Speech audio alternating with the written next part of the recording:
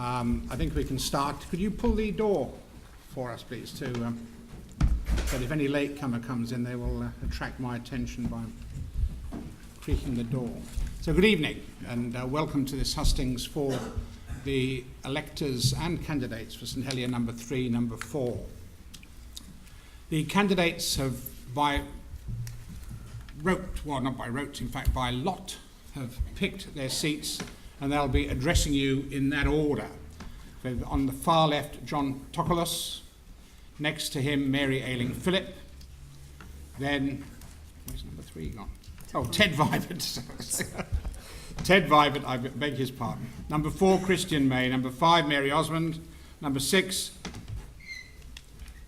Jackie Hilton. Number 7, Mike Higgins. Number 8, Richard Rondel. Number 9, Laura Millen.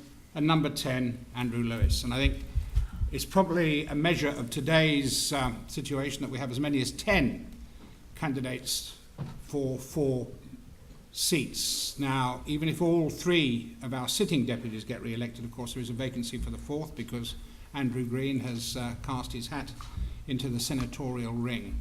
Now, what I'm going to do is ask each of the candidates to address you for up to 5 minutes. And I'm going to have to get out to get my little timer. I'm going to time them 5 minutes, up to 5 minutes. And then after they have addressed you, you will have the opportunity of putting questions to them. What I would like to see if we can achieve are questions that any member of the panel can answer. And I will try, as far as possible, to make sure that every member of the panel gets every opportunity to answer every question.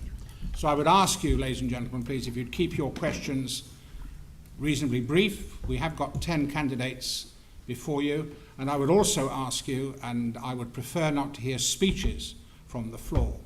Not because I'm not interested in what you're like to say, but I think what we want to hear is what these people say, because these are the ones who on the 15th of October we will be going to the polls, and many of us, of course, will be coming here, others will be going to First Tower to put our crosses against our particular choices. And with that, I would ask the first candidate, John Tokolos. John, would you like to give us your 5 minutes worth? Good evening, ladies and gentlemen. I'd like to say that my name's John Tokolos. I'm Jersey born. I've been in hospitality for almost 40 years, and it's one of the issues that I want to get through to the States, that I want to be able to help in getting things done for the to make tourism more climb up to its heights where it should be. Now, what I want to achieve is to be able to bring things back from the past. But we had things in the past where we had, like the Fantastic Gardens, or we had the Jersey potteries. They've all gone. A lot of tourists that I've spoken to, because I'm working in a hotel at the moment, they've told me they want to see those things back. If we bring those back and bring them back into a more modern and more up-to-date area, then we can achieve it. We can be able to bring up tourism and bring. Excuse me, I'm pretty nervous at the moment. So the other thing what I want to do is I want to be able to talk to people, let them know what the unemployment, the job schemes that they have at Social Security. Back to work. I've been out of work I was out of work for almost 4 years, and it was very hard for me to find work. And one of the things that I thought was really good was the Back to Work scheme. And there are a lot of people who do not believe it, who don't think that it's a good thing, that it's just a vicious circle going round and round, and it's not helping them. I've been through that. I've been through a lot of things in the past where it's been difficult for me. And going to the Back to Work scheme, going through that, it's helped me a lot. And I think that if the government, if the states decide to make things even better, or put more schemes on and it would help find more jobs as well. I just hope that everybody votes for me. That's it. Thank you very much.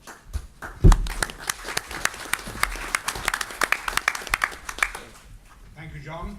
Our next candidate is Mary Ayling-Phillip. The floor is yours, Mary. Hello, everybody. My name is Mary Ayling-Phillip, and I am approachable, accountable, and active. I'm in the district for the district. My parents were residents of the district. I was brought up in Westmount Road and have lived in the district for 38 years and have an extensive local knowledge. I was educated at Jersey College for Girls and went on to gain a BA Honours in Humanities, a Master's in Sociology, a Diploma in Youth and Community Work, a Certificate in Education, and a Diploma in Management. I have worked for 10 years as a youth and community worker in North London in very diverse communities and understand the need for dialogue, consultation, and getting all the community involved in politics and change at the grassroots. I have been a lecturer in sociology at Higgins College for the last 20 years and working with teenagers and adults from all walks of life. I have been a carer for my elderly mum and can appreciate the challenges of the growing elderly population. I'm a working mum and my daughter has recently completed her education at First Tower School. So I understand the need for more family-friendly policies and affordable childcare. I'm approachable, knowledgeable, experienced in listening to and responding to people's concerns. I have actively campaigned to improve the quality of life for St Helier residents on many occasions at the Roads Committee, planning meetings, parish assemblies. I was involved in establishing the Cheapside Residents Parking Scheme, and I know the signage needs to be improved to reduce confusion and frustration. The proposed redevelopment of the hospital must be reviewed. I support the refurbishment of the current site with expansion into Kensington Place on the hotel sites. Overdale is very hard to get to and will cause increased stress for outpatients and will increase the congestion in Westmount Road, which is going to get a lot busier when the 200 apartments in the former Westmount Quarries site are occupied. I'm looking forward to the refurbishment of the old JCG site, but I am concerned that Javelin School will be left without enough parking places. I support all the voluntary groups working to improve the quality of life for residents, will protect public green spaces, and want more allotments for St Helier residents. I will work with anybody to refurbish the sea lettuce problem at West Park so people can once again enjoy the beach and refurbished Marine Lake. Working towards creating a fairer society and reducing social inequality will inform my decision making. Less inappropriate use of 0-hour contracts and increasing the minimum wage. I support the new anti-discrimination law and have campaigned for equal opportunities throughout my life. For example, there is still married women need their husband to complete their tax returns. I will support the youth service, schools and Highlands College to promote positive mental well-being for teenagers. Reviewing funding for higher education with the introduction of a student loan scheme similar to the UK model would be something I would develop. There needs to be increased opportunities for lifelong learning for adults and the reduction of outside consultants using talent that is already here. I believe it must be more attractive to be in work, living on a living wage than on benefits. I have been a host family for St Brellard's College for many years, and I believe Jersey should increase tourism with Europe, building on the excellent work of the language schools. This is one sector of tourism that is currently growing, and the language schools are putting money into the local economy, using attraction, and with better links to Europe, it's a big market out there that we could develop. I do support the finance industry and recognise the need to allow the markets to be free whilst promoting growth in new areas. Thinking global while acting in local interests. Diversifying the economy is essential. And 30 seconds, Mary. Okay, using the internet to create businesses is a way forward. I think the constables should be removed from the states as they have a parish administration to run.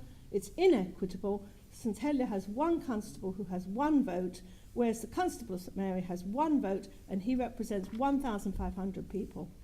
St Helier constable is consistently being opposed by the other constables when it comes to trying to get the states to pay rates on buildings in St Helier. So the ratepayers in St Helier are subsidising the people from outside. That's it, Mary. Thank you. Thank you. Thank you very much. Before I call on the third speaker, ladies and gentlemen, forgive me, I should have pointed out to you that in the event of us having to leave in an emergency, that is the door. And there is another door up there. I do apologise for that.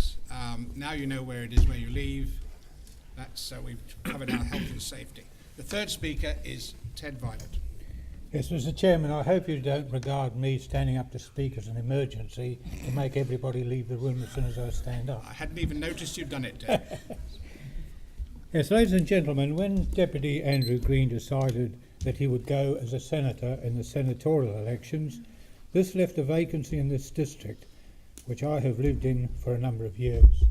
I would like to fill that vacancy, and I am asking you to give me your vote on election day. Having been a deputy and a senator, I know and understand how the state operates. If you elect me, you know that I can hit the ground running on the very first day of the very first sitting of the new states. I won't need a learning curve, as all other newcomers will. Now, I don't wish to be disparaging to people wishing to enter the states for the first time, but being a politician is no different to any other profession. If I can give you an analogy, a banker would never decide to be a lifeguard without learning how to swim, then how to swim fast, and then be subject to rigorous fitness training, and then learning about rips and tides and rescue techniques and how to swim fast through the raging surf, or how to take a rib through that raging sea. Now, the Jersey system sees a situation where one day a candidate might be running a sweet shop, gets elected, and finds himself in the bear pit, voting on crucial matters that affect the lives of all islanders. It's simply an absurd situation, and I think it explains why we have so many nodding heads in the States, i.e. people who can't oppose what's happening. Now, I brought with me a number of scrutiny reports and other reports that have been published in the last 6 months, and this is the bread and butter of political life, and there they are, and I invite you afterwards, if you'd like to go, just come and have a look at them. Every politician needs to read all of those to understand just what's happening in the States.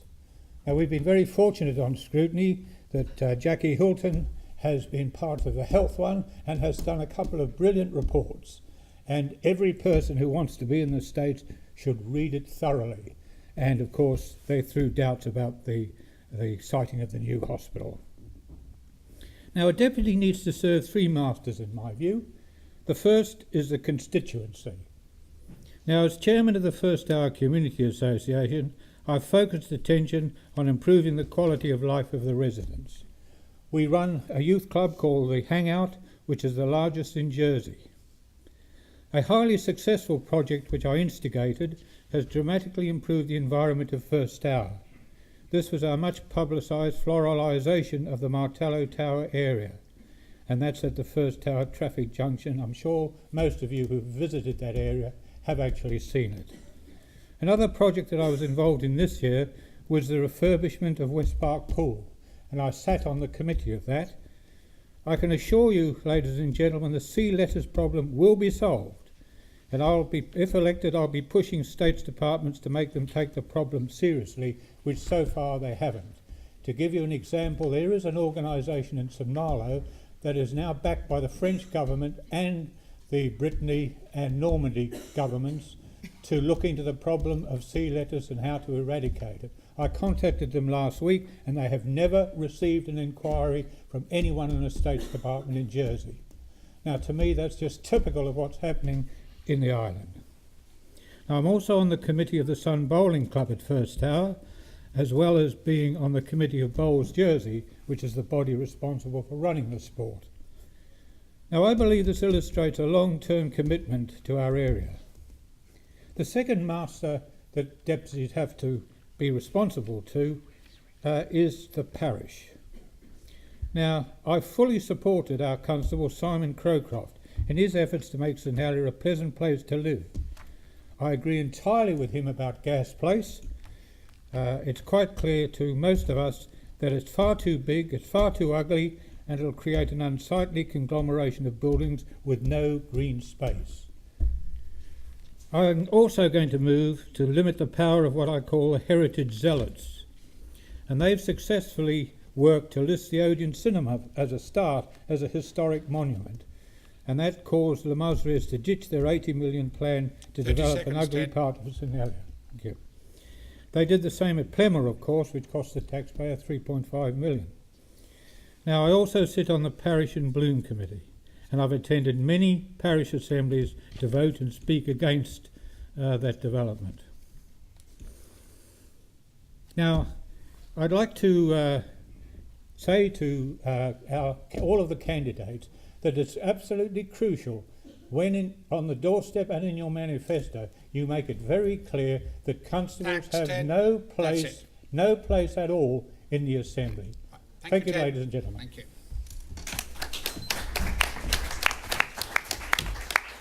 And the next speaker is Christian May.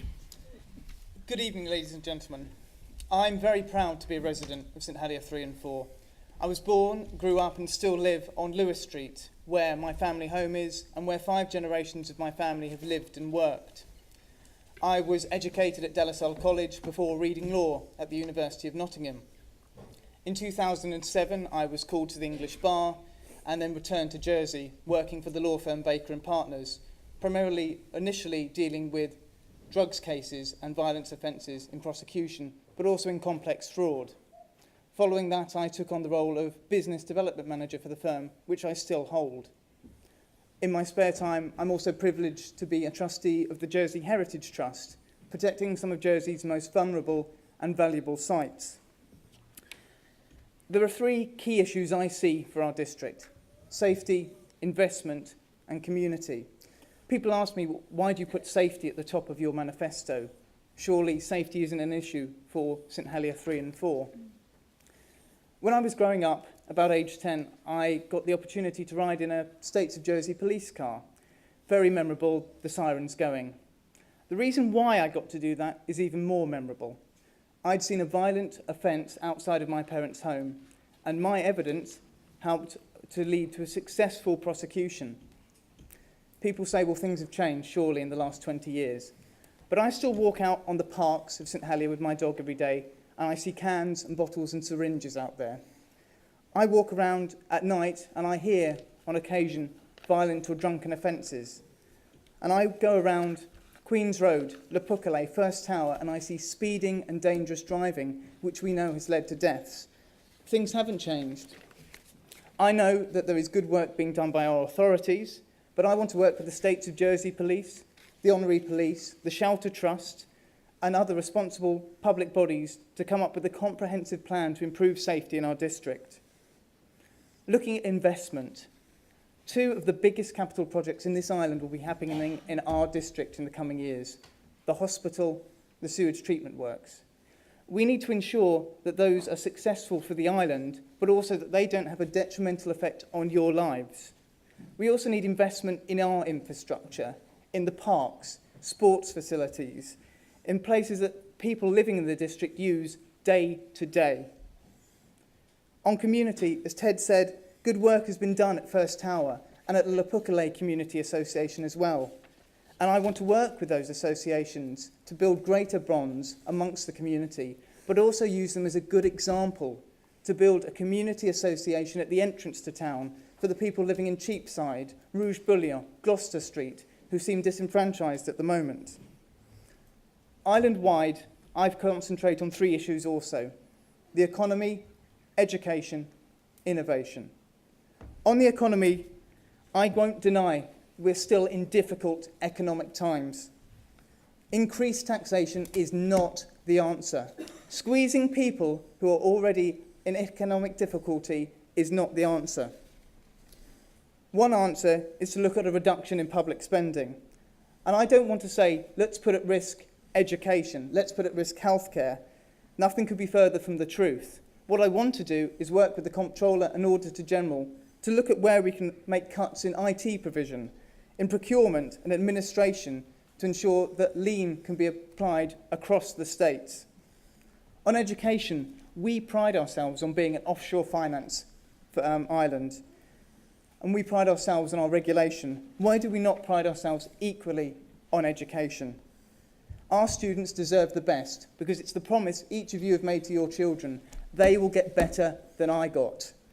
And we should be making our best export our minds, people trained in conservation at Durrell, in agriculture, in industry. What do I want to hear? Those people were educated in Jersey. That's why they're the best. On innovation, I think a diverse economy is a strong economy. And that's why I think we need to develop industries outside of finance. We need to look at digital. We need to look at technology. What can I offer you as a candidate for 3 and 4? Balance. A balance between the need for youth, but also someone with business and legal experience. A balance between a vision for a stronger, better island, but also someone who lives locally and understands local issues. Thank you very much.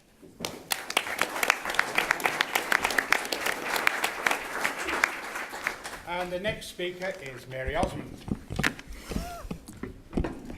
Thank you, Peter. Good evening, everyone, and thank you for turning out this evening. My name is Mary Osmond, and I'm Jersey-born and educated. I've spent my working life in St Helier, starting at Jersey Telecoms and swiftly moving on to the Midland Bank and continuing in the finance industry. I have always done some form of part-time voluntary work, including the Samaritans, Mustard Seed, Meals on Wheels, and Age Concern. I was a trustee of the Roseneath Shelter for the Homeless for 20 years, until its closure in 2011.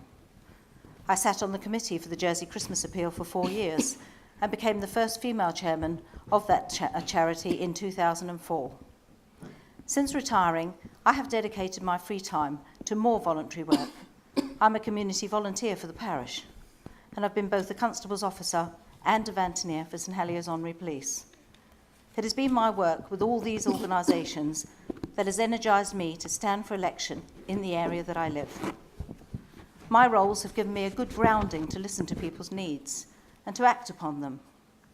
I'm not interested in being a states member for the sake of it or to have a ministerial title. My main objective, if elected, is the care in the community, for which I believe I am well qualified. Talking to parishioners, one of the main concerns is speeding.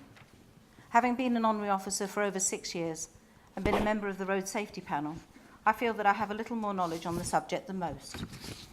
In St Helier, like other parishes, we have the smiley faces, and the figures produced show some horrendous speeds in St Helier. 100 miles an hour plus on Victoria Avenue. Come on, something needs to be done to prevent more deaths. There is technology available to enforce speed limits and other motoring offences, such as red light infractions. Until we start to revise the way the island deals with these offences, these issues will still be a concern for all. If elected, I would work to address these issues with the Constable, my fellow deputies, the police and states members to bring legislation to enable this modern technology to be used. Let's talk about resident parking zones. The idea is a very good one, but needs a major review. As Mary says, visitors to the areas find the signs so confusing. We then have the issue of parking for the town shops. Not surprising that the town is being deserted and people are using online shopping. When they try to come to town, they manage to find a parking space, then be limited to an hour. No use trying to revitalise the town with various schemes when it's so unfriendly to park. This also needs a total overhaul and consultation with the various departments. Substandard housing. I am very concerned about the condition that some parishioners live in. We need tighter control on rented properties to protect tenants. I believe that everyone deserves to live in reasonable accommodation and not be afraid to speak out for fear of eviction. Moving on to island-wide issues, the ridiculous situation that we are all taxed on our heating, lighting and food bills has to stop. If elected, I would definitely be supporting removal of GST off these vital items. Why should families and the elderly have to choose between heat and eat? I am aware that this issue has again been debated recently and again been lost, but it will continue to dominate the next House. Immigration is a major issue with everyone who cares about this island. Enough is enough, and we need a proper immigration policy now. States' extravagance on spending must be curbed. There's bad management of the resources available.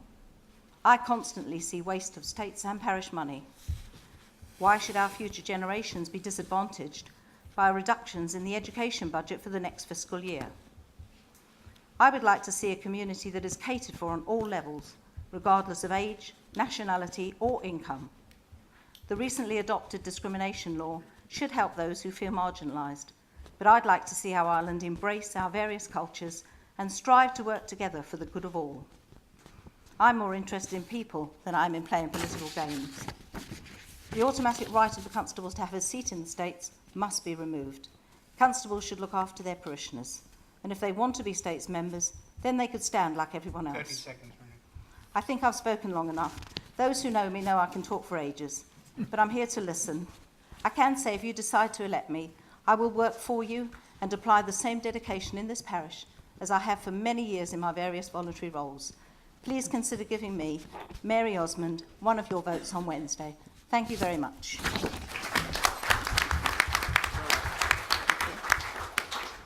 And the next speaker is Jackie Hilton. Good evening, Mr. Chairman, ladies and gentlemen. Thank you for making the time to attend this evening.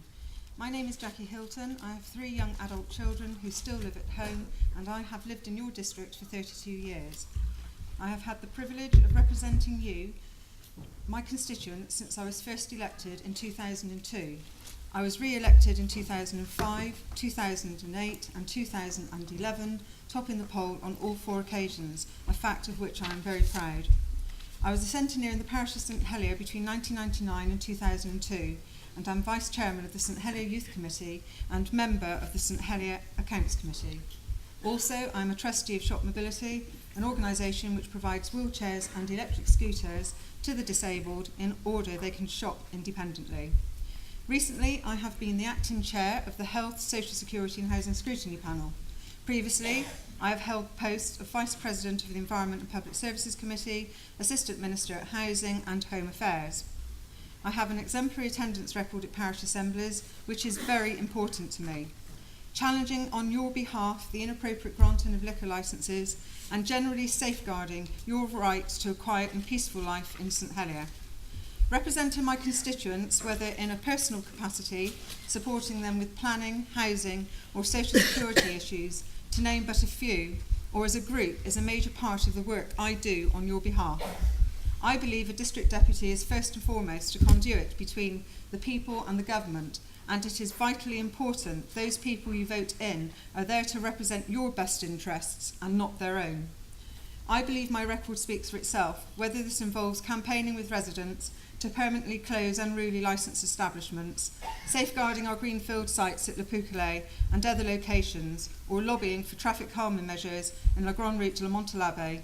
You can rely on me to see the issues through to the end. Indeed, the transfer of Le Clovets to the parish did take a long time, but we got there in the end, unlike the residents of Mofont, who are still waiting 30 years later for theirs to happen. Times have been getting tougher in Jersey, and probably about to get a whole lot tougher. The health budget is coming under increasing pressure. As new drugs are developed, people have a greater expectation of the treatments they are offered, and coupled with an ageing population, tough decisions will have to be made to how we are going to fund the health service. I know from talking to people on the doorsteps, in supermarkets and on the street, people are concerned as to how this is going to affect them, especially the elderly on low fixed incomes. We must as a government be sure your taxes are targeted effectively and savings are achieved without impacting on those frontline services I believe the public want. It would be dishonest of me to stand before you this evening and promise I will not support tax increases, but the reality is if we are not to have any cuts in frontline services, taxes will have to be increased somewhere. What I promise you is this: I will do all I can to make sure that when this happens, any increases are applied fairly and equitably across all income groups. If this means the ceiling on social security contributions are raised and in doing so affecting those on higher incomes, then so be it. I do not agree that older people or those on low income should be bearing the brunt of additional taxes, whilst those earning six-figure sums are sitting pretty. It goes without saying, I have consistently voted against GST on food. I will promise you now, I will not support an increase on food. The states have achieved a lot in the past 3 years, but we must do better. Whether it is safeguarding employment opportunities for local people, providing more affordable and social housing, being more robust about how we apply immigration caps through work permits or time-limited contracts, in order we import the skills we need to deliver the services we want without sucking in more minimum wage earners who invariably join our ever-increasing housing waiting list. I want to finish by touching on a report I co-authored with a colleague of mine on the scrutiny panel into the Child and Adolescent Mental Health Service. I was being contacted and stopped in the street by a number of parents who had concerns about the service they and their children were receiving or not receiving in some cases. This resulted in my colleague Jackie. and I undertaking a review, the results of which shocked parents and professionals alike. It is of deep concern to me the number of young people who have committed suicide in the past 18 months. Everyone a tragedy, not only for their parents and families, but to us all. If re-elected, it is my intention to ensure the review of the Children's Service promised by the Minister on the back of our report is carried out, and those families with children who need help will, in the future, be able to rely on the very service which is supposed to be there to help them. Thank you, Jackie. Thank you for listening. Thank you. And now the next speaker is Mike Higgins. Good evening, ladies and gentlemen. My name is Mike Higgins, and I've had the honour of being one of your 4 deputies for the last 6 years. For the benefit of those who don't know me, I'll begin with a short biography. I'm married with 2 adult children and have lived in the district for 37 years. I was educated in England and Canada, and among my academic, professional and business qualifications, I have an honours degree in economics from the University of London and 2 postgraduate qualifications. I also have wide experience in the aerospace and construction industries and have worked in the fields of education, youth work and financial regulation. Between 1977 and 1995, I was a lecturer in economics, law and banking at Highlands College. And between 1995 and 2007, I worked for the Jersey Financial Services Commission, where I was responsible for drafting laws that led to the introduction of the Depositor Compensation Scheme, the General Insurance Mediation Law and the Financial Services Ombudsman Scheme. For the last 18 years, I have been the organiser of the Jersey International Air Display and was responsible for turning it into an international event that's now known all over the world. It now brings more tourists to the islands than any other tourism event, and it's contributed millions of pounds to the Jersey economy over the years, as well as helping raise money for British military charities. In 2013, it was recognised as the best European air display at the European Air Show Convention in Antwerp. Anyway, enough of that. What you really want to know is what I've done while I've been in the States and what I shall do if I'm re-elected. Before I do, however, I would like to say that I believe in straight talking and telling how it is, and that leaflet will tell you exactly that. I also believe that honesty and integrity in politics is important, and I detest dishonesty in Jersey politics and political spin. I can also tell you that as a matter of pride that I've kept all my election promises, and if I'm re-elected, I will continue to do so again. In the States Assembly, I played a very active role in trying to hold ministers, civil servants, and public servants to account for their actions. I've done this as chairman of the Economic Affairs Scrutiny Panel and by intensive questioning in the States Assembly. As a member of the Privileges and Procedures Committee, I played a major role in bringing forward the Freedom of Information Law, which will come into force this January and should make our government more accountable and transparent than ever before.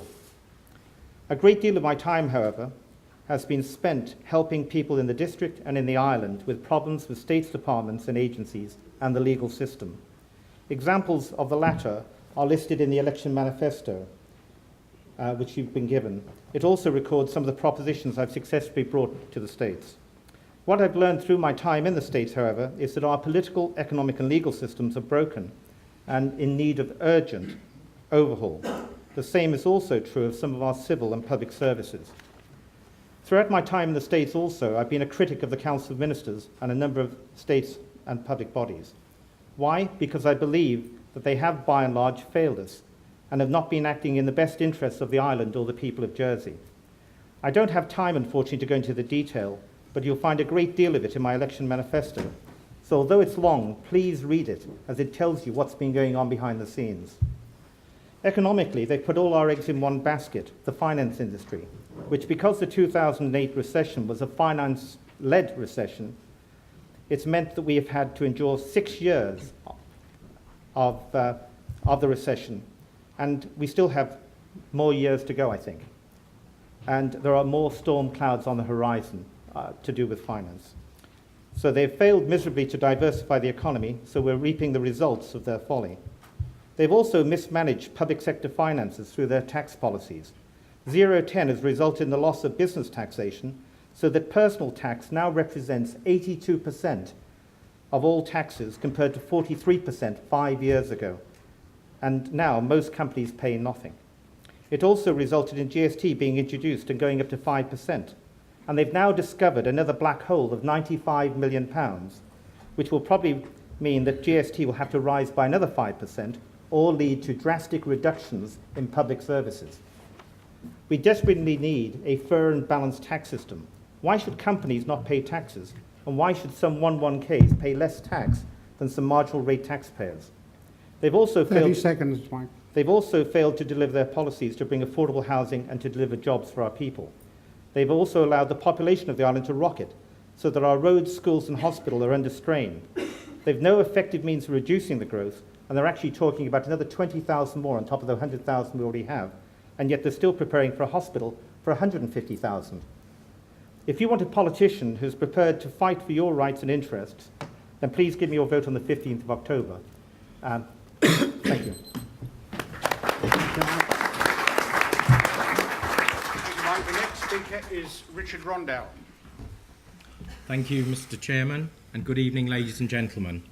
My name is Richard Rondel, and I have had the privilege of being your deputy for the past 3 years. I stand before you to ask for one of your votes in order to be re-elected on October the 15th. I am a 20-year-old Jerseyman with 3 boys, aged 20, 17 and 12. And for a career, I oversaw the development of my family's farm shop following a successful career in finance, followed by agriculture. But enough about me. This hustings is about you, the electorate of St Helier. Time after time, you're faced with candidates standing before you, promising the earth and failing to deliver. Yet again, you have a large number to choose from, and I believe that it is important for you to make the right choice. I have had 3 years to represent you in the State Assembly, and I have always done what I thought was right, but more importantly, what I thought was in the best interests of you, the parishioners and islanders. Over the course of my term as your deputy, I put a great emphasis upon trying to enhance community relations in our parish. Having canvassed our district 3 years ago, it was clear to me that there were divides in our society that needed to be bridged. After being successfully elected, I sought to launch the Fête de St Helier Street Party to bring a more vibrant atmosphere into the parish. I also joined the St Helier Polish Society, as well as the First Hour Residents Association, very ably chaired by Ted, and the St Helier Accounts Committee. And then I became a governor of this very school, Rouge-Bouillon. A full list of my committees and panels that I sit and play an active role in can be seen on my manifesto, or give me a ring to discuss. But the reason why I'm seeking re-election isn't because I'm standing on my track record, it's because I believe that I do have unfinished business in representing you in the States. We have some major problems at the moment, and I know that I'm right in saying that you are underrepresented in the States. Our streets are not clean enough, and our problems go unanswered. In particular, I believe that road safety is a key issue that continues to not be resolved adequately. If re-elected, I will continue to work tirelessly with TTS to address this. As well as this, we need to ensure that enough affordable housing is produced for our youngsters. At present, the stock is too low and the prices are too high. I know from bitter experience of trying to find housing for my eldest son that it can be daunting and sometimes unachievable. and I consider myself to be one of the lucky ones. Following my election, I have brought many questions to the Housing Minister on this matter, and if re-elected, I will continue to do so. I will not stand by whilst potential homeowners are left wondering what to do and where to live. The reduction in the level of stamp duty exemptions for first-time buyers is concerning. It is clear that at a time when income revenues have decreased, that we must restrict those who are the worst off and those who are the most vulnerable from feeling the pinch. But as well as this, the government needs to be slackening off where it is unwelcome, and I mean small business. If we want to kickstart our economy, the best way to do it is by supporting small business, not strangling it with bureaucracy. I want to see more start-up businesses that are exempt from red tape, not beholden to them. Another important decision that has to be made during the next term of office is regards to our new hospital. At present, it looks as though the new hospital is going to be situated on 2 sites, but we must think long and hard before agreeing to this. Whilst it may be a more cost-effective way of delivering a new hospital, we need to remind ourselves what the purpose of the new hospital is, and this should be taken above all other economic considerations. I believe that the purpose is to help islanders when they are most at need. I believe that we also need to consider how health is delivered to our islanders, not just where it is delivered. I have a great deal of respect for our frontline doctors and nurses, but I believe that the management side of things needs to be reviewed, and recommendations as those set out in the King's Fund report of New Zealand should be considered carefully. If you want a deputy who gets things done, is approachable, but most importantly is friendly and willing to work with others, then please consider me, Deputy Richard Rondel, for one of your 4 votes. Thank you for listening. Thank you, Richard. Thank you, Richard. The next speaker is Laura Millen. Good evening. I'm Laura Millen, a Jersey-born woman and educated at Jersey College for Girls under a scholarship. I'm from a working class background and brought up in States housing. Other than 4 years spent in Liverpool, where I graduated from John Moores University with a degree in journalism, I have lived in Jersey all my life, the last 10 years being resident in St Helier. So why have I chosen to stand for a position within the States? I've always been quite an outspoken individual, probably stemming from having parents from Liverpool and Ireland. I studied politics at Victoria College, being the first girl allowed to take 2 A-levels at the all-boys school, specifically remembering the head of the JCG sixth form stating that they were making the exception as it was me, and they knew I could handle the male-dominated environment. So fast forward a few years, and I started work within a bank. Following that, I spent 4 years as an insurance underwriter, neither of which I had previous experience of, but both of which I was very successful at. For the past 5 years, having decided to make a change to something more fitting to my skills, I moved into recruitment. I developed a new portfolio of clients and employment candidates, becoming the highest fee earner in the Channel Islands and UK offices last year. I've been managing the Jersey division of this global company for the past 2 or so years. It is within this role that I've learned of various issues affecting a wide variety of individuals, from low to high earners, young to old. I've met clients concerned that they are unable to recruit the right skill set into their business, and I've also met people on 0-hour contracts whose recurring concerns are whether they are able to make their rent that week. I've seen many individuals also in full-time employment, but on our pitiful minimum wage and taking home little more than £250 per week. It's impossible with the high cost of living in Jersey for this sum to cover accommodation, food and bills, and so they have to resort to social security for a handout. If you are not already aware, someone on minimum wage in Jersey who works 40 hours a week has to claim around £9,000 a year from income support. So you, as taxpayers, are subsidising employers paying low wages. Over these past 5 years, I have met with many mothers desperate to get off income support, only to tell them that I will be unable to secure them a role with the salary they will require to cover childcare costs. I'm intending to work very hard to introduce states-funded, means-tested childcare facilities. I've also met with mothers who have children of school age, needing reduced hours to fit in with school times. But I've also had to tell them that part-time positions are a rarity in Jersey, and so again, I'm unable to help them. Their only avenue is income support, and you would be surprised at how many people find this distressing. We have a growing income support bill, but we are not providing enough support to help these mothers get back into the workplace. One of my intentions is to find ways to achieve this, one of which is to encourage employers to be more flexible and use this valuable resource. A financially independent working parent is a good role model for a child. An unemployed, demoralised parent is not. So why reform Jersey? Voter apathy in Jersey is encouraged by an overly complicated process. Many people are put off at the prospect of having to learn about individual candidates on a regular basis.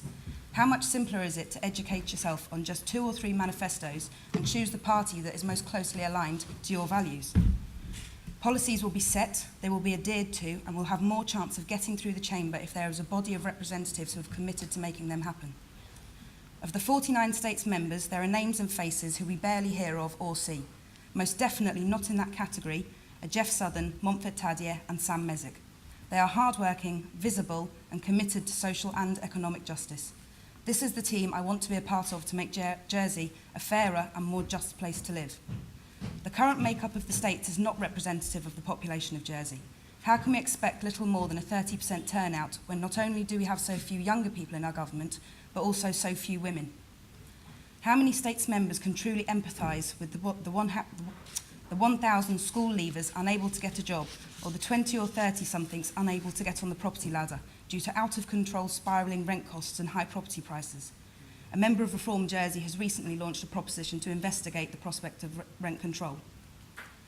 We are heading towards a lost generation of our young people, and our current government does not seem to acknowledge this.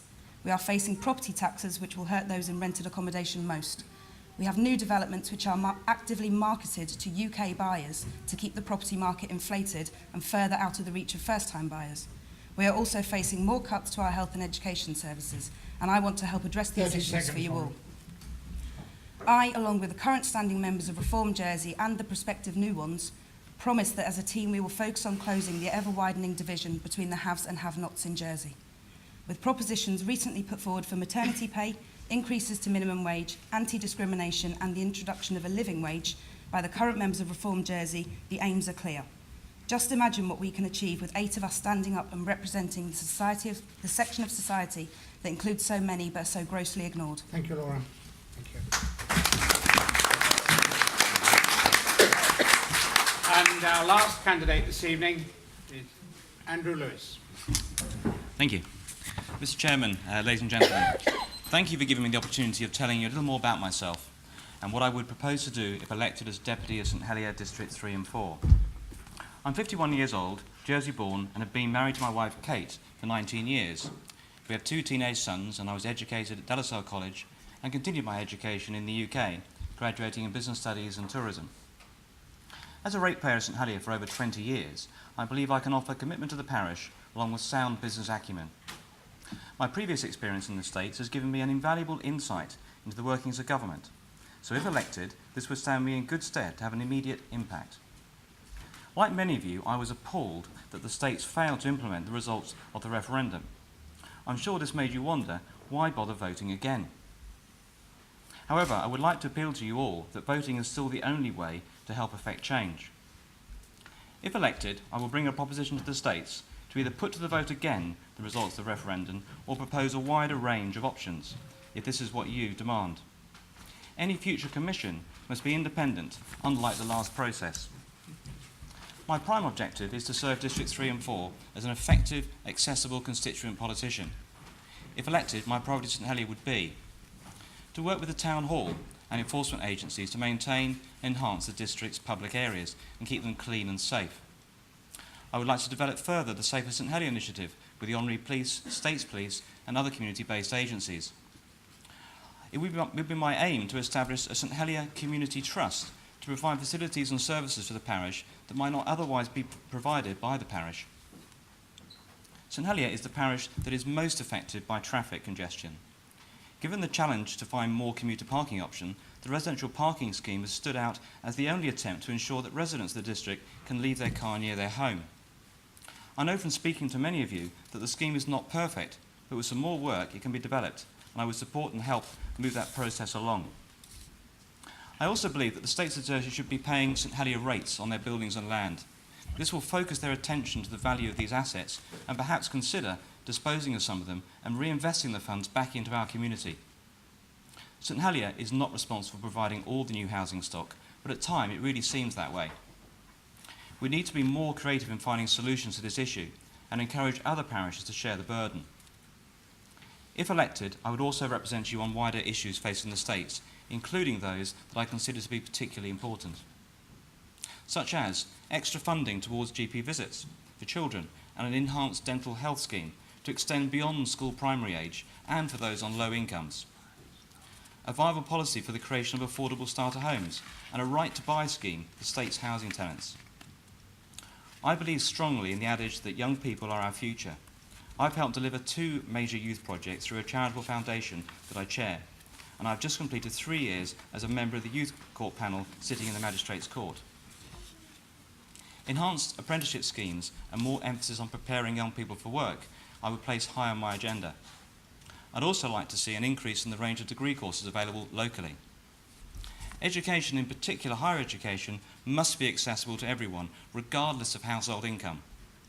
I've been appalled to be told whilst out canvassing by many families that they can no longer afford to send their children to university. If elected, I would tackle head-on any efficiency in the public sector and seek the introduction of policies that encourage economic diversity, such as international property, IT, and the digital and e-commerce sectors. That said, we need to consider the balance between supporting local traders and the threat of competition from online shopping. This is critical for St Helier traders. Speaking to many of you recently, I also understand your concerns about immigration. You feel that the current policy does not go far enough. Instead, I believe a points system should be considered, which would discriminate against people with criminal records and seek to attract people with skills that we really need. I see a scheme not dissimilar to Australia, where we can be much more selective. We need new blood in the States, and I sincerely hope that the voters will put their faith in me. I believe that I have energy, common sense and experience to ensure that the parishioners of District 3 and 4 will be well served. It's great to see so many of you here tonight, and I would urge you to encourage your friends and neighbours to vote in this election. And just for the record, in our household, my wife completes a tax return. Thank you very much.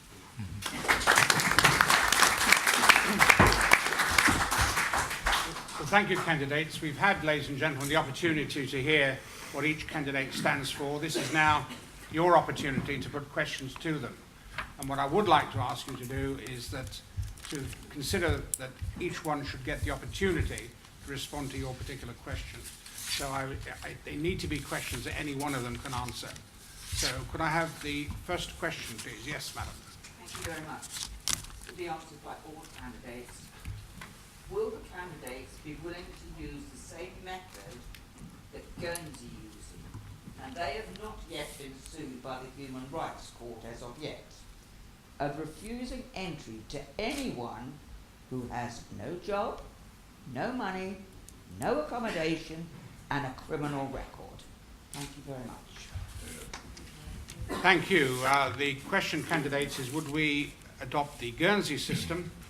Christian, can I ask you, please? Yes, I actually think it's a very good suggestion. I'm quite minded with the proposal that Andrew put, that there should be a point system in place that would allow us to make sure that the people coming into the island are the people we especially need, those who would work in the education system, in healthcare and in core industries that will invest in the island. I certainly don't think that we need people with criminal records coming into the island, and any point system should certainly take that into account as a black mark against anyone coming in. I take your other points on board as well. I think that the system we have in place isn't working, and we certainly need to take a long, hard look at it, and your suggestions should be taken on board, certainly. Mary.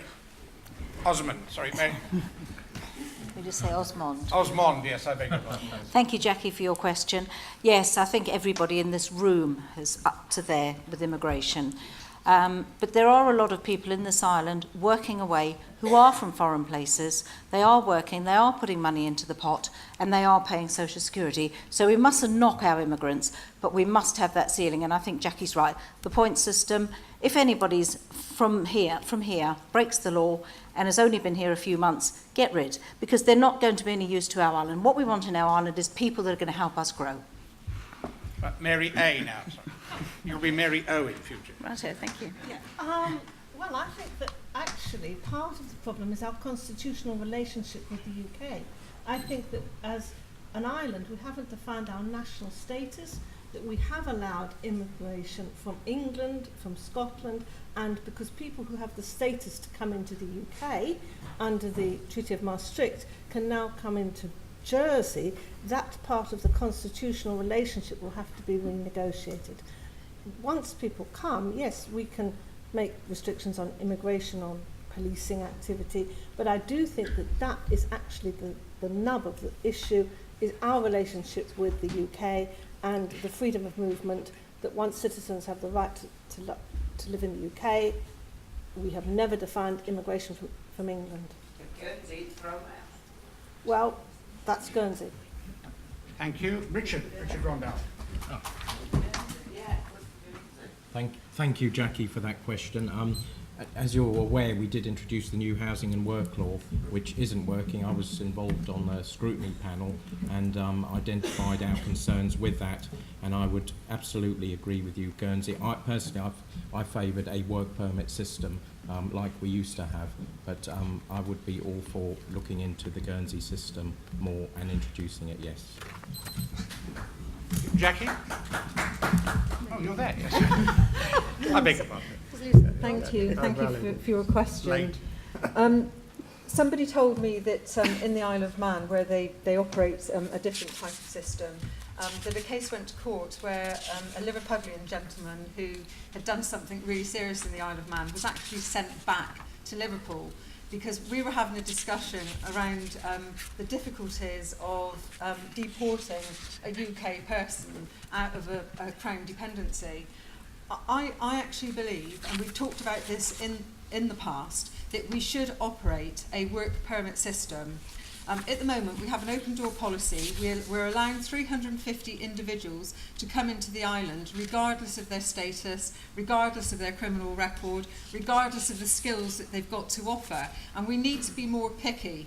We need to be saying, well, we're looking for people with skills, whether that's in health, education, but we need to be a lot more picky than we actually are at the moment. I believe absolutely that people with serious criminal convictions should not be allowed to come into Jersey. Personally, I think we should be challenging, and I know the Deputy Bailiff, the Bailiff probably doesn't agree with me on this point, but I think we should be challenging at the point of entry who we're actually letting in. And if it was a decision by me, if I was contacted and told there's somebody on the plane coming in, convicted rapist, drug trafficker, what do you want to do? My answer would be, don't let them off the plane, let them go back to the UK. Ted. Yes, thank you. We've actually been conned over the years about our population in this island, and it's all very well to say that there are 350 people being allowed in, but that overlooks the fact that every year, for the last 5 years, the number of births has exceeded deaths by 300. So it's not 350, it's 650. And then it gets worse, because the statistic unit says that for every person who comes in, they bring 3 other people. So we're actually talking about well over 1,000 people a year coming into this island, as Jackie says, and people are saying, with absolutely no checks. Now, I actually went to Guernsey earlier in the week, and I spent some time with Deputy David Jones, who's actually in charge of that particular section. And I asked him how they overcame this business with the European Union. He said, we just don't bother. It's as simple as that. We just don't bother. And I said, well, what happens if they take you to court? He said, we'll fight it.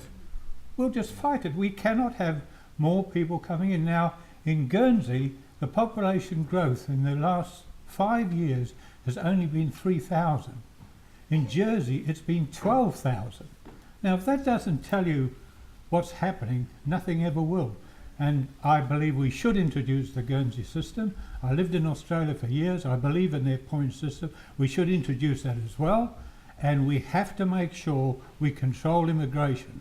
Because, as I see it, our politicians who are in charge, the very important political party, do not want to see population control, because it suits their economic growth. In fact, only 4 days ago, Mark Bolliat at the Institute of Directors said that we can only get economic growth if we have population growth.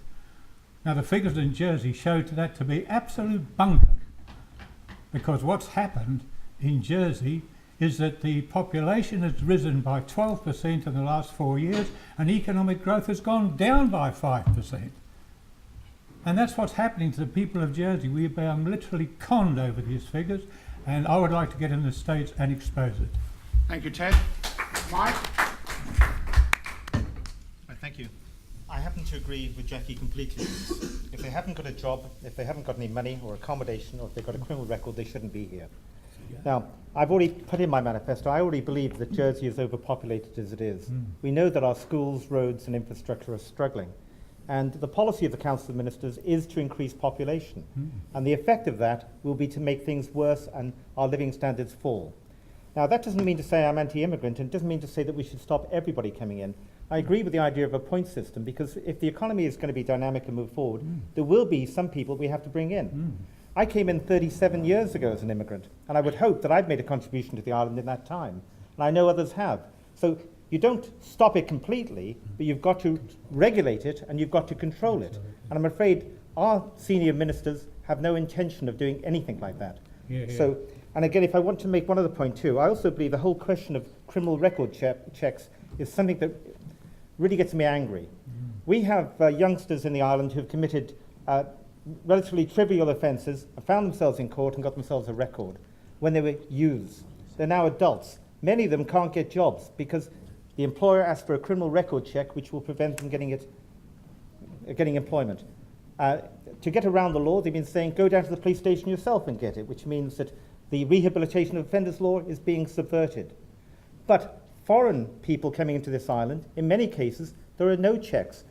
There are people working in banks and other parts of our industry who have committed very serious offences. We have no way of knowing. If you come from some of the Eastern European countries, they don't have records. They don't provide the States of Jersey Police with any records. So why are we discriminating against our own people but allowing others to come in? Fine, Mike. Thanks very much. Thank you. John? I do agree on what you say there, and I also agree on what everyone else says, but I also agree on the fact that we should introduce the work permit, which I think it will, in the past it would work, and I think that this is what we should do. Okay, thank you. Andrew? Jackie, thank you for your question. Just for the record, we do already have work permits. This is why this is silly that we can't introduce it in the way that I'm suggesting as a proper point system. Last year we issued 252 work permits, but those were to foreign nationals, in other words they were outside the EU. So we have a system already. We can implement it tomorrow.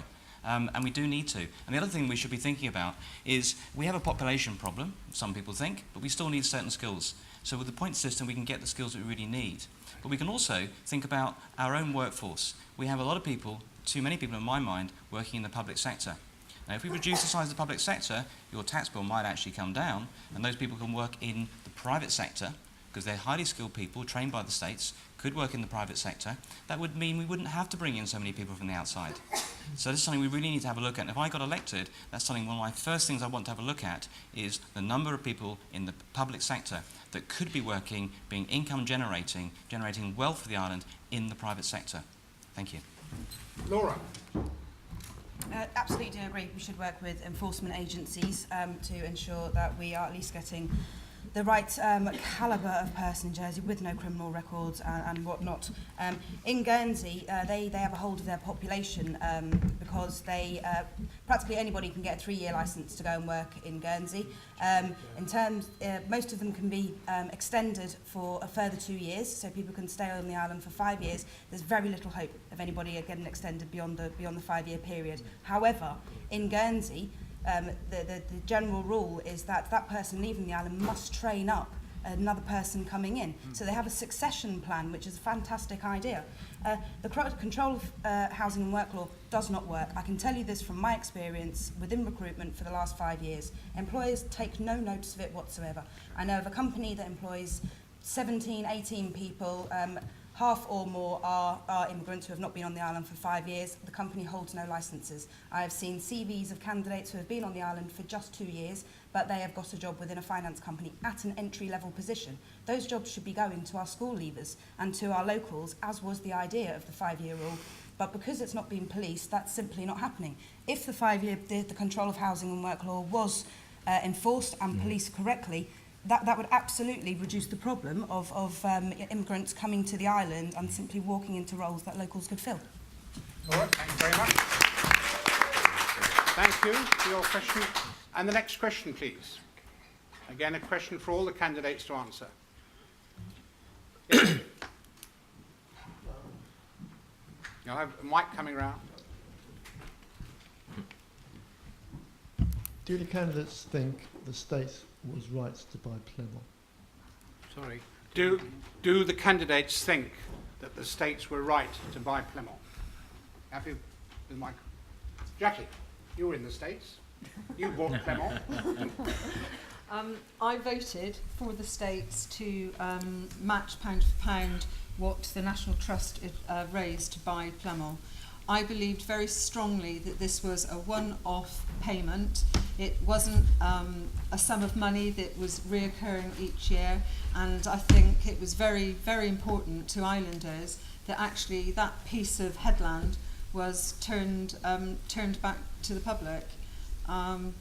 Nothing else. Nothing more to say on that. Thank you. Mary A., you're hoping to get in the States. Were they right? Were your predecessors right? Yes, I think so. I think we need to preserve as much of the island's green spaces as possible. The States presented the normal headland at the end of the Second World War. The parish of St Helier bought the People's Park in 1865. We don't regret having these spaces. We need more open spaces. Thank you. Andrew? Well, on this occasion, I knew that would happen eventually. I've got the tiniest bit of the stage here. I think on this occasion, the States listened to the people. The first time it came to the States, there was an open-ended chequebook. It could have cost the public £13 million to buy it, so the States voted no. When it came back the second time, and it was pound for pound, the States listened to the public, and they listened to the National Trust, and they voted, I think, correctly. It was what the people wanted to do, the majority of people wanted to do. People were not prepared to pay £13 million for a piece of scrubland when there was far more other higher priorities, but they were prepared to spend, I think it was £3 million, was it, Jackie? Which was an acceptable price to the public purse. And I think it was a one-time opportunity. Some people still think it was a bad idea, and that £3 million should have been spent on other things, such as apprenticeships and things like that. But we have choices to make in government, and when you make those choices, you should stand by those decisions. And that's what the States did, and I think they made a good decision. Thank you. Thank you, Andrew. John? I think the States made a good decision as well. I mean, it's brought the government back into its... We'll bring it back into its beauty as well. I mean, having that big having the building there empty for so many years. I mean, it's. I think it is. It's a good idea. It was a good idea. Thank you. Laura? Personally, no, I don't think that Plymouth should have been purchased. It was £3.5 million when we're all being told to tighten our belts, and there was absolutely no money left for anything. And £3.5 million was spent on a piece of land that had been left derelict for many, many years. It is important that we retain elements of Jersey and areas of natural beauty, absolutely. But in a time of austerity, £3.5 million is a lot of money to spend, especially in view of an article that I read where the JP was focusing on how we are failing our victims of sexual crime, and a young lady who didn't get a conviction in the criminal court, but she got a conviction in the civil court, so was awarded damages. She wanted to see a helpline set up for victims of sexual crime, but was told that no, there's no money for that. So she used those damages to set it up herself. Now, £3.5 million could have gone an awful long way to assisting and setting up a helpline. Similarly, you know, we have a 9-to-5 service Monday to Friday for our mental health service. There's no money to open it 24 hours, which of course, you know, if you suffer from mental health problems, you don't just have them between 9 and 5. £3.5 million could have gone towards assistance for that as well. Ted? Yes, I think this is another example of how the public were conned yet again. The fact is, the real story was never given to the people of Jersey in a proper way. the developer was prepared to build not that many houses and of high quality in a very small area at Plymouth. And he was prepared to give 2/3 of that land to the public. Now, where the people and the states were actually conned was that when this decision was made, Senator Joseph never told them that there was going to be a shortfall in our revenue of over 25 to 30 to 40 million. I believe that had he told them that, that deal would never have gone through. And it's typical of how the authorities keep information back from members of the states until it suits them. Now, I went out and had a look at that project several times, and for the life of me, I just couldn't understand the decision. I thought it was stupid, it was ridiculous in terms of a waste of money, and when I added up all the other bits of money being wasted, like £24 million on a computer system at the hospital that doesn't work, £200,000 spent on a film that'll never be made by a company called Can Be Done Facilities, or whatever they call themselves, and my attitude was it should be called We've Been Done. And I put all that together, and all I can see is absolute incompetence. Thank you, Ted. Mike, you're in the States. Right, and I'll say right at the beginning, I voted against the £3.5 million for Plymouth. And my reason was quite simple. I wonder how many, for a start, how many of you have actually been out to Plymouth in the last 2 or 3 of you, 4. Okay, more than I expected, to be perfectly honest. But I haven't been to the Amazon jungle. So Okay. what kind of reason are you implying? Sorry, I'll come on with my reasoning for it. My main reason was, I agree in having green and pleasant fields and all the rest of it, and the headlands. However, the scheme that was put forward, as Ted said, was sympathetic to the area. We saw the scale models, we saw the drawings, and we saw what they were giving back to the island, 60% of the site. In addition to that, how was it funded? Now, the £3.5 million came from the states. Where did it come from? It came from the Criminal Offences Confiscation Fund, because, as I accused Senator Joseph in the States, he had raided most of the other funds. Money is so tight at the moment, and we're all going to feel the pressures over the next 2 years. £95 million black hole.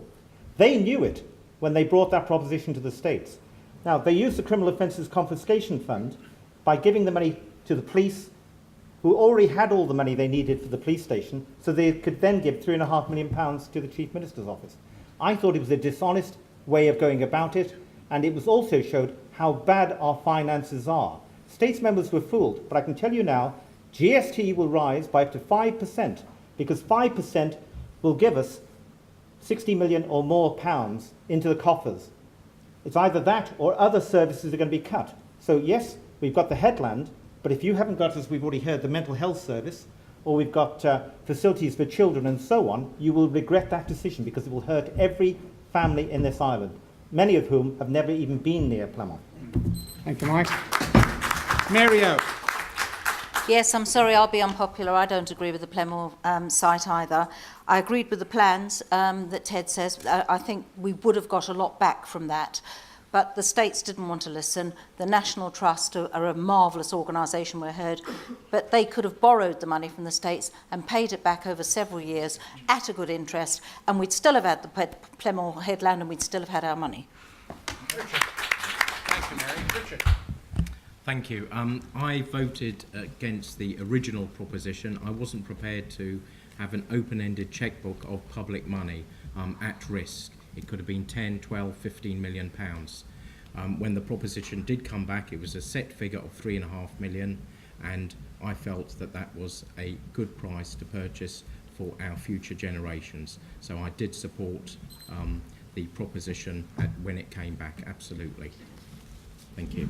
Thank you, Richard. Christian. Could I just add that, you know, it's all very well, we get these things we can see, but there's a lot of money wasted. And one of the things I looked into was the £200,000 grant, as Ted has said, the integrated care records in health and social services. We spent £12 million.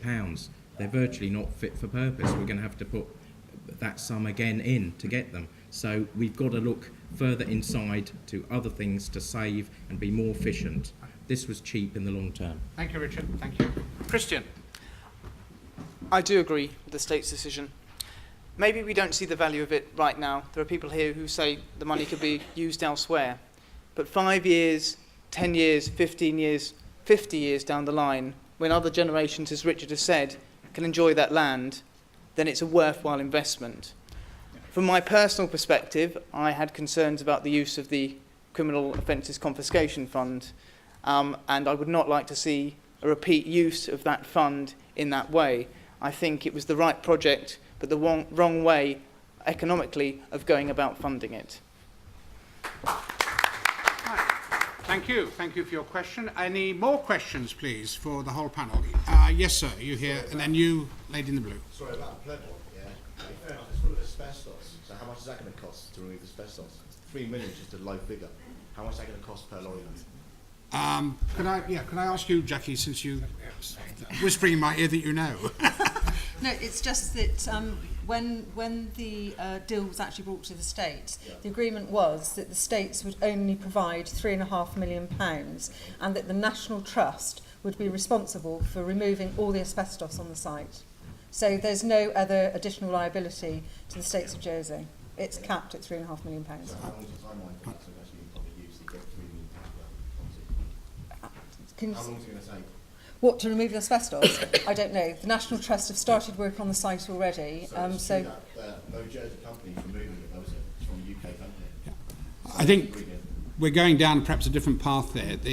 You've heard the answer to your question. I suspect probably nobody actually knows the answer to what you wanted to ask. The lady in the blue who put her hand up. Right. Young gentleman coming with the microphone. When it comes to the vote on equal marriage, could you tell me how you would vote and briefly why? Sorry.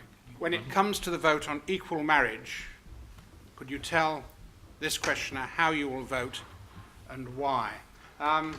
Andrew Lewis, I think you're a good starter for this one. I don't know why. Well, I'm married.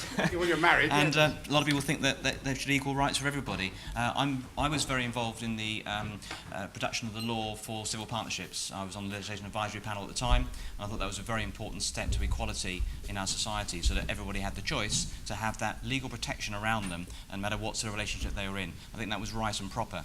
The jury, for me, is out on the whole marriage issue that's being debated at the moment. There's some very interesting feedback from the Dean recently. It's been very topical debate in the States in recent times as well.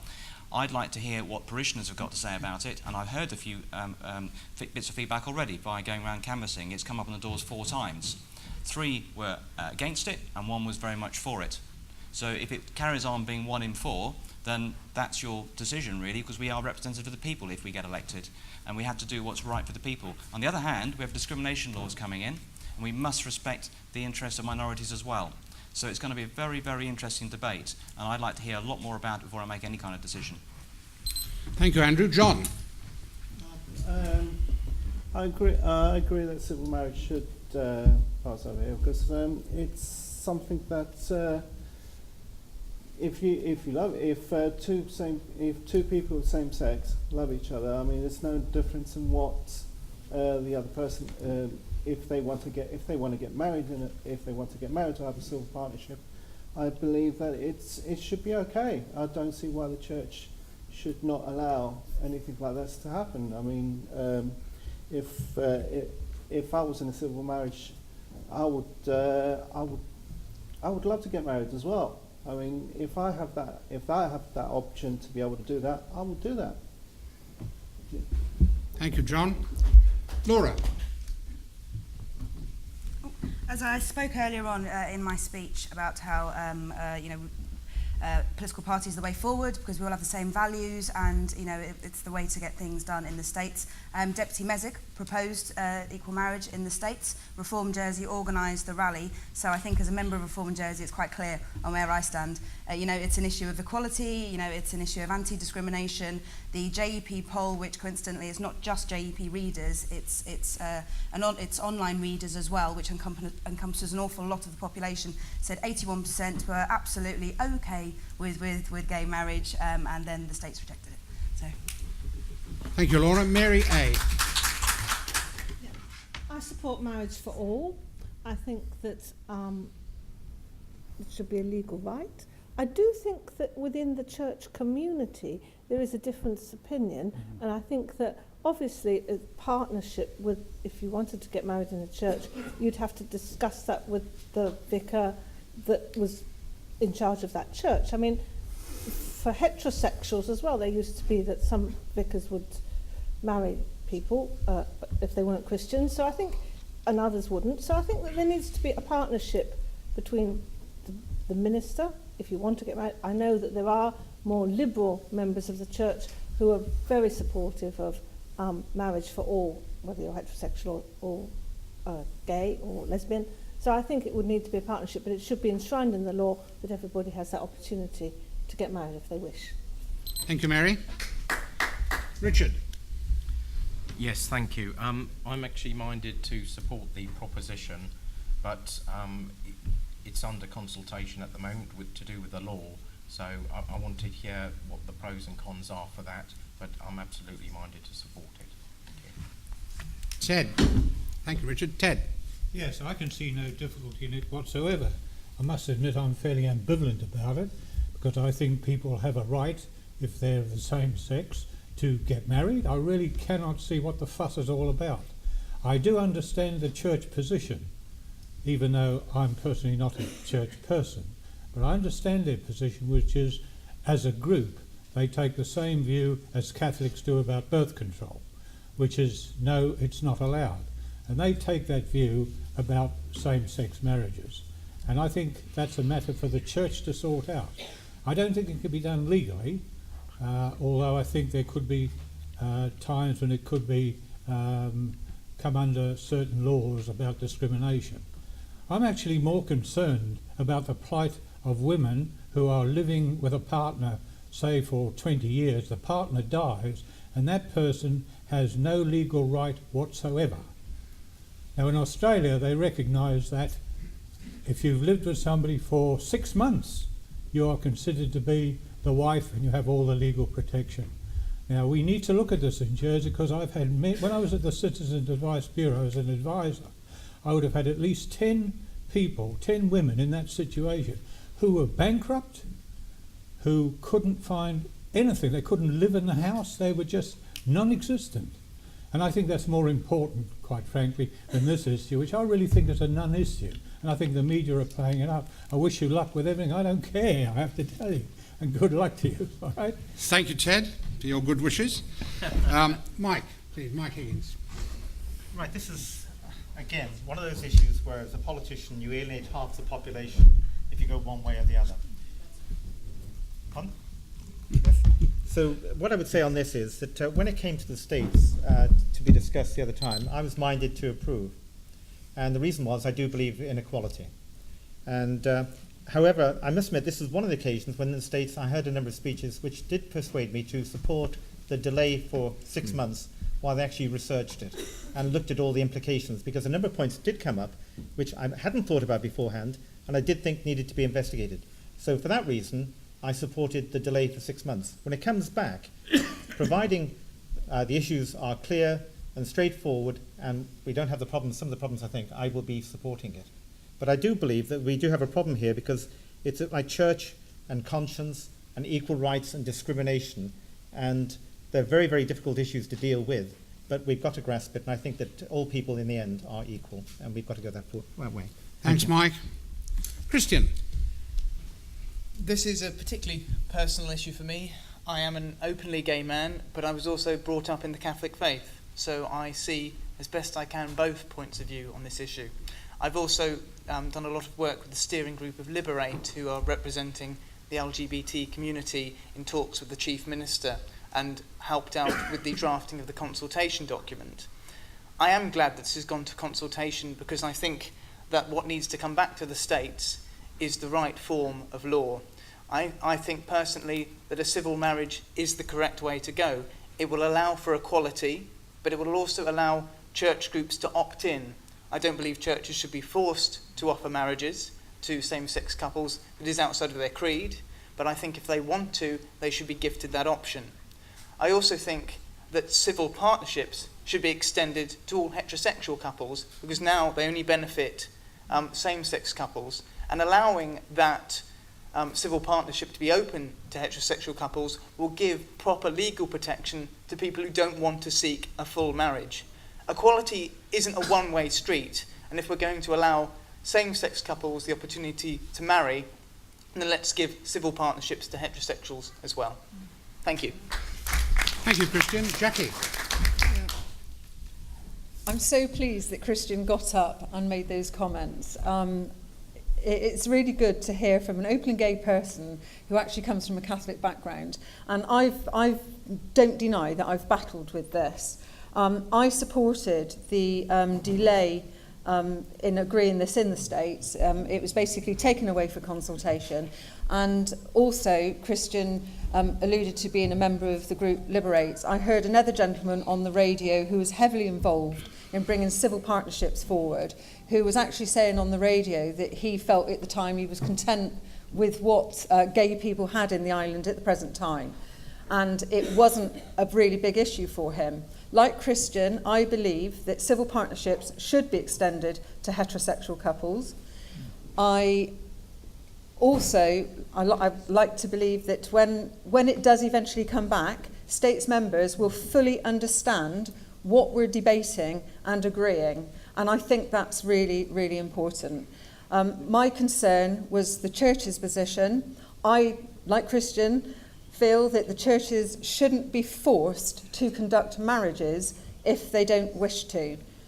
There will be some churches that will be quite happy to do that. So I think as long as the side of the church is protected, I would hate to see a situation where a church is taken to the European Court of Human Rights because they refuse to conduct same-sex marriage. But I welcome this consultation coming back. It'll be really interesting to see what the response has been from you, the public. Thank you. Thank you, Jackie. Mary-O. Well, as a member of St Luke's Church, of course, I've got a battle with this as part of a churchgoer and as part of a person who believes in equal rights. I think the law doesn't protect these people. I don't think it's anything to do with the church. And if the people that want to be married in a church go to that church, then they have every right to ask for that. But as a divorced person, I wasn't allowed to be married in my church because it was against the church's creed. As Christian says, there are some churches who won't allow it, and they should never be forced. But it'll be interesting to see what happens in 6 months' time. Thank you. All right, thank you. Thank you. Another question, please. Gentlemen. When are you going to organise and do something about Fort Regent and start give something back to the people instead of just leaving it dormant? Right, I think the question was fairly simple, is when can something be done with Fort Regent? Thank you. Mary, you can start this one. Okay. Well, thank you for your question. And we've just seen in the paper that somebody is going to try and revitalise Fort Regent, the white elephant at the top of the hill, if you want to call it that. I spent many years with my children at Fort Regent. We had a lot of fun, and I know it's still used now. But I think the one thing that Fort Regent needs was that swimming pool. And if they're not going to use the swimming pool, then make it into a skateboard park and get the kids off the street. Let's have something for the youngsters that's free. Let's not keep charging for everything we've got in this island. It's a gift, it's been there for donkey's years, so let's use it for the public. Thank you, Mary. Jackie? Sadly, Fort Regent, in my mind, is like the old Jersey College for Girls. It's been left standing for decades, and we just don't seem to be able to move on. And that is typical in a lot of ways of infrastructure problems with the States of Jersey. I also believe that they should have a 50-metre swimming pool up there. It would attract international swimming competitions to the island. I spent a lot of time up there with my children using the swimming pool. I think it's a fantastic facility. I wouldn't describe it as a white elephant at the moment because I know thousands of people use that facility every week. There's lots of clubs, associations. The active gym is very heavily used by, I would say, probably thousands each week. But yes, we need to get on. We need to do something about it. And I sincerely hope that in the next 3 years, something positive will come out of all the plans and consultations that's taken place recently. Thank you, Jackie. Now, Ted, I can remember when you edited a local magazine and you came forward with a wonderful plan for Fort Regent. But it was when both you and I were young men. So exactly what do you think now? I wish you wouldn't remind me of things like that.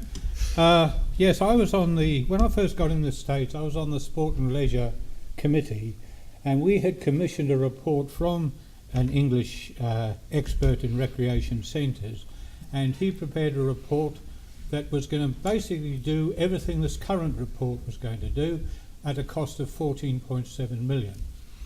Now, nothing happened. It was put on a shelf and forgotten, and to do something there is now going to cost between 30 and 50 million. Now, I was at a garage when this all came out, and they had a poster of the Jersey Evening Post, and it said, "Grand Plan for Fort Regent." And a man walked past me, looked at it, and he said, "And it'll always stay a plan." And he was absolutely right. There is no way Jersey can afford to spend that kind of money now on Fort Regent, regrettable though that is. They could do some in stages, and the first thing to do is make access to the place. And that original report had the lifts in from Snow Hill, had the walkway, and that would have been wonderful for the people of St Helier. If they're going to do it, they're going to have to do it in very small stages because the money simply isn't there. Now, that report that I was talking about actually called it the Fort Regent Centre of Sports Excellence. And they had laid out all of these facilities for sportsmen, and the condition was that they would be able to get top sports people from around the world to come and use it because it would be such a tremendous facility. Now, this current plan includes a hotel. Now, the first thing they've got to do is to find someone, in my view, foolish enough to pump 50 to 60 million into building a hotel on top of the hill in a tourism industry that's going down like a rocket goes up. It's on that downward. We've only got 10,500 beds in Jersey now, and we can't fill those. And I know that's another matter, but that hotel, in my view, will never be built unless it's subsidised. The other thing we don't know is the cost of running that whole place if you make it free to the public. The cost will be unbelievable. And in my view, until we get proper costing, A, of the building, because we've just got an estimate, B, of the cost of running it, I don't believe many people in the States will be voting for it, unfortunately. Thanks, Ted. Mike, you're going to get back in the States if you wish, or if you wish to get back in the States. Will you vote for it? Do you believe it's only going to be a plan? I hate to say it, I do think it's going to be a plan.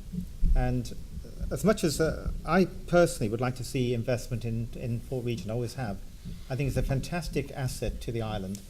But I fear that without private sector funding, it's just pie in the sky. And I know I mentioned it earlier, but you don't realise how bad the state's finances are. We didn't even know states members until a short while ago. It was kept from us. All sleight of hand, smoke and mirrors with all the accounts. £95 million has got to be found over the next 2 years. So what happened with this budget was the fact they cobbled together, they raided every last single sort of cookie jar and took out the money. These are all special purpose funds which are now depleted because all the money's going to finance the budget this year, and for the next 2 years they've got to find £95 million. Now, that either means they're going to cut back on services, and there's certainly no room for building new projects, there won't be new projects being there, or taxes are going to rise. So I can't see it happening certainly for the next 3 years. So we talk about, yes, we should invest in these things, I believe we should, but I just don't believe the money is there. And if the economy doesn't improve, and by the way, the figures came out today, the economy hasn't grown over last year, and last year we were in recession. We've been in recession 6 years. And until we can actually get our economy moving again and start growing and getting tax receipts in as well, we're not going to have money for even essentials, let alone schemes like this, which I would like to support. Fine, Mike, thank you very much. Mary A., what's your view? Well, as a parent, I know that Fort Regent is actually used a lot. I go up there a lot with my daughter and her friends, so it isn't just being redundant. However, I also know that we need more swimming facilities. The Aqua Splash, which I regularly use, is booked from morning till night.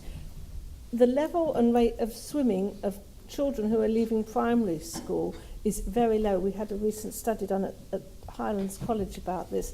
And as an island surrounded by water, we need to be able to get our children swimming. So I would be supporting a new swimming pool, but I do think it's going to need some private sector investment, and if that's a hotel, and if that's with a casino, whatever it takes, it's going to have to be a partnership between private and state sector. But rest assured, I'm pro-swimming. Thank you. Thank you, Mary. Laura?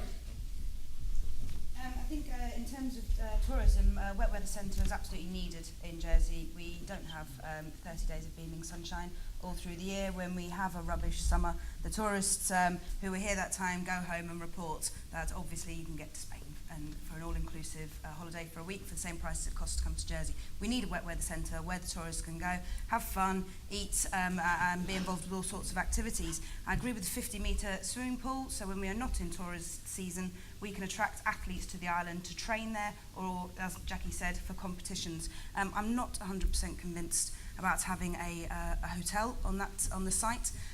We have enough hotels in Jersey. They don't run to full capacity during tourist season, so I think that's just a bit of a nonsense, really.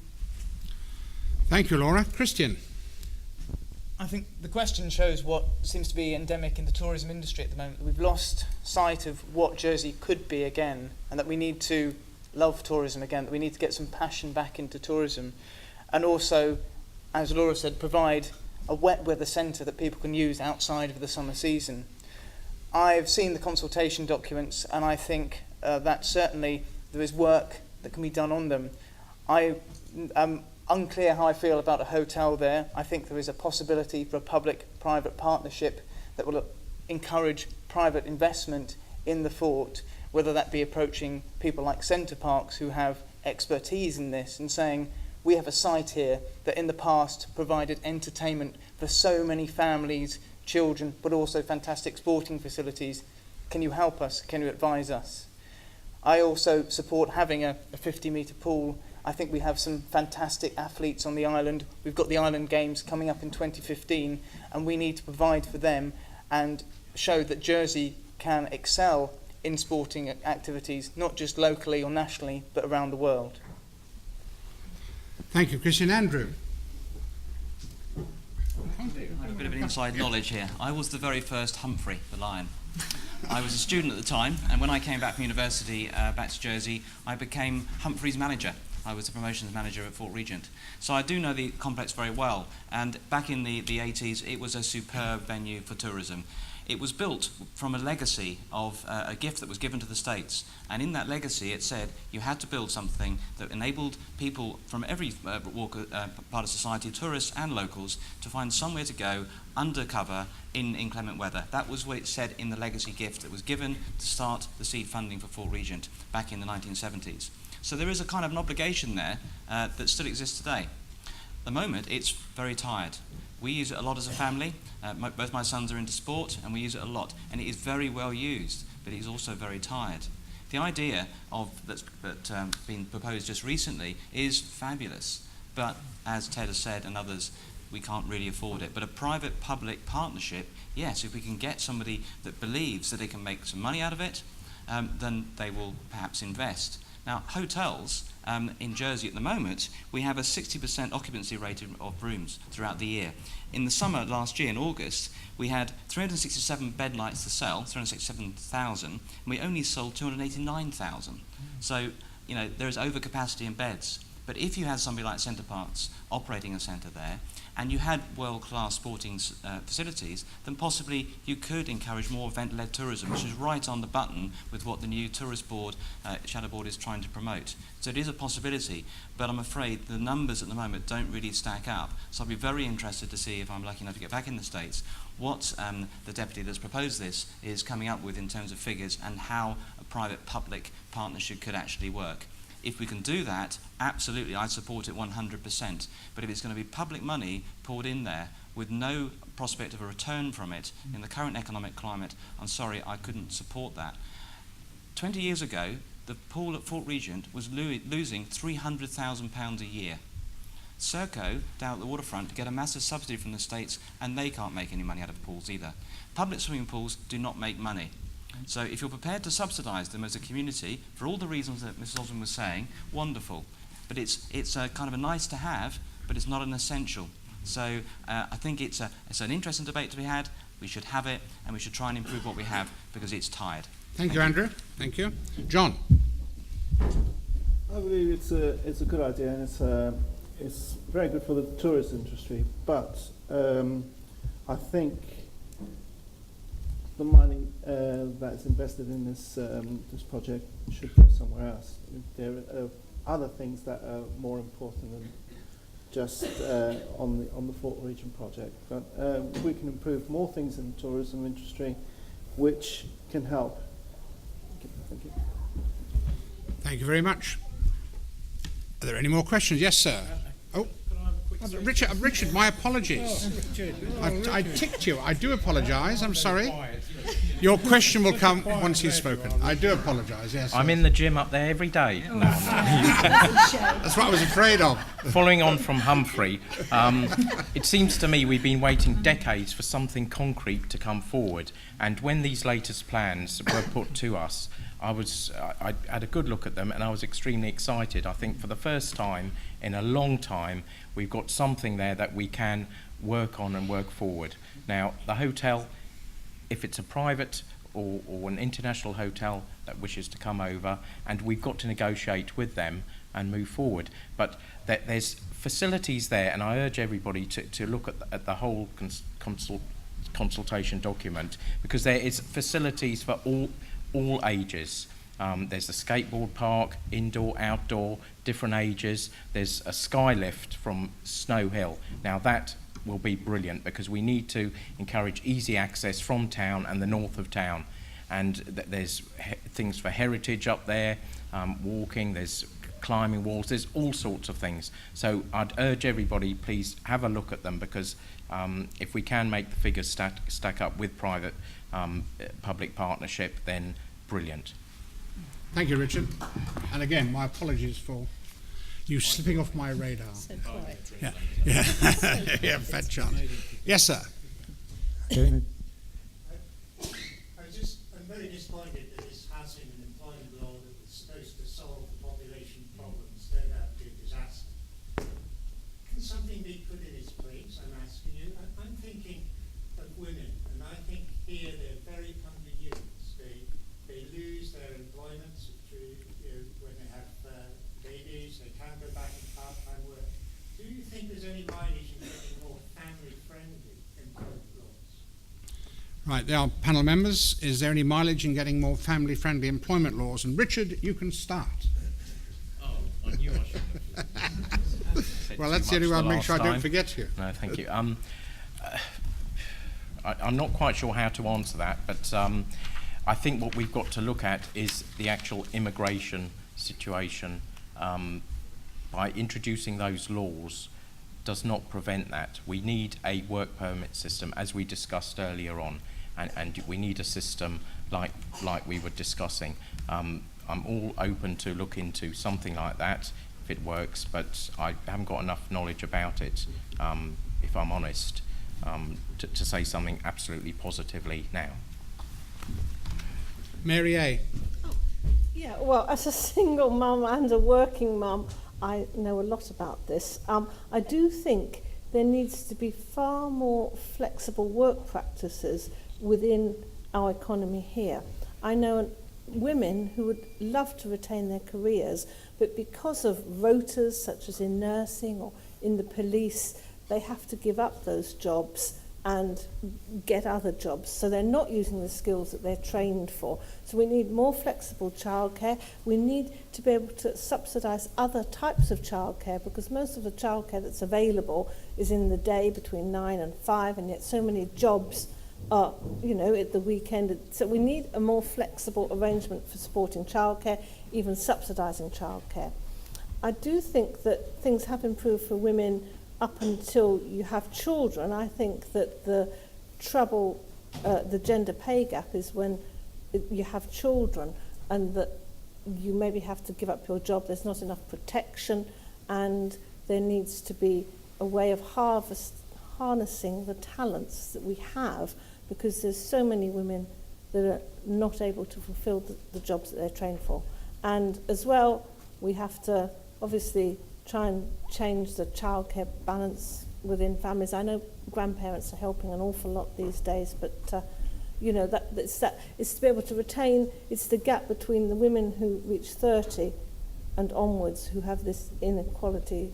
Although there are an awful lot of working women in Jersey, so I think we need to really utilise the talents we've got with more flexible practices. Thank you, Mary. Thank you. Laura. In terms of the control and housing work law, it's a simple matter of it hasn't been policed. If it was policed, then we wouldn't see this issue. There has either been one or no fines since its introduction, which means that no checks are being done as to whether employers are actually recruiting people with their 5 years residency or without their 5 years residency.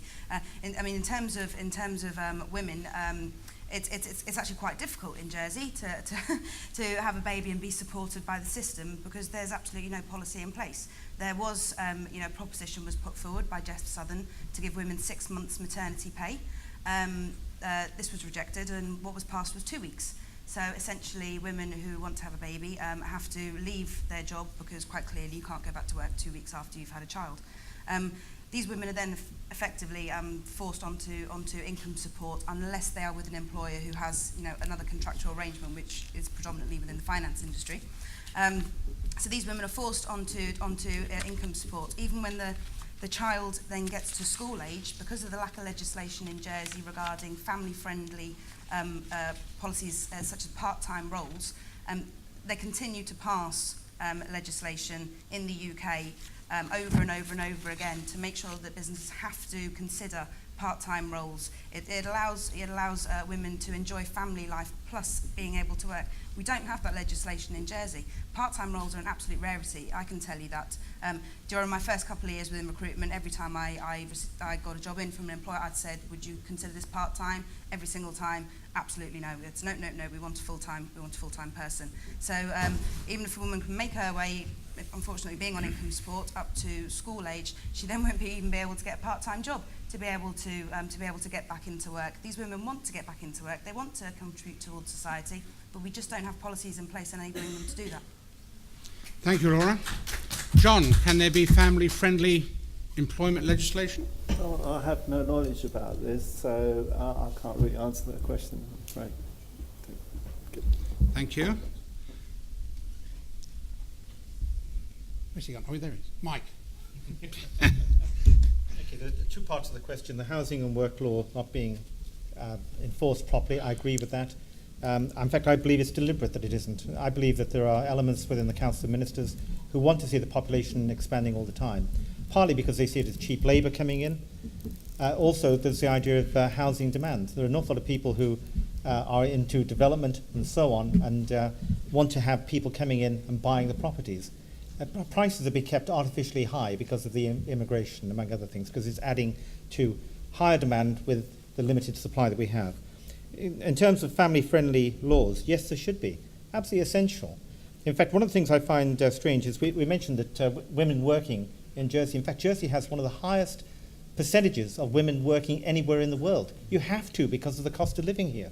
Things are so expensive, husband and wife have got to go out jointly and earn money to keep the family going. Now, if people have got to go out, then we've got to make things easier for the wives. That when it comes down to childcare, yes, we have to provide childcare. The state should be doing more and subsidising it. When we also talk about an ageing population, we need to utilise the workforce that we have. So therefore, we need to utilise the skills and the numbers of women who aren't currently working or even working part-time. So it's an area that needs to be looked at and developed. But there is certainly a faction within the state who do not want, in any form whatsoever, family-friendly or even other types of employment laws that are for the benefit of ordinary working people in this island. Thank you, Mike. Christian? I also look at this in two parts. Certainly from the control of housing law, I think that work needs to be done looking at the permit scheme, looking at a way to bring points in so that at least the immigration issue can be controlled in a way. I certainly agree that there should be family-friendly legislation as well, but that will come certainly in one way from looking at how childcare is handled, but also incentivising businesses to allow part-time workers, incentivising businesses to allow people to work different shifts than they might otherwise do, or work from home. And I know you're talking about women having to give up their work, but also we must consider that there are, on many occasions, men who choose to stay at home, or same-sex couples who may have adopted and one partner wants to stay at home and look after the child. And so whilst family-friendly legislation does obviously have to look at how women would benefit, it actually needs to look at how any chosen partner who wants to help build a family in Jersey can also be able to do so without a negative impact on their day-to-day life. Thank you, Christian. Andrew, you spoke about this. Was your ideas family-friendly? Yes, I'd like to think they would be. We spoke about a point system earlier on, and it's in my manifesto, and I firmly believe that's the way to go with immigration. So your housing and work law becomes one, and if you're coming into the island, you have to have the right points to get employment and to come here in the first place. But as far as family-friendly working is concerned, I happen to think that a lot of employers in Jersey are pretty good at this. And why? Because they've got to be. Because we've got a limited labour force, and we've got some superb working mums in the workforce, and other parents that share the employment.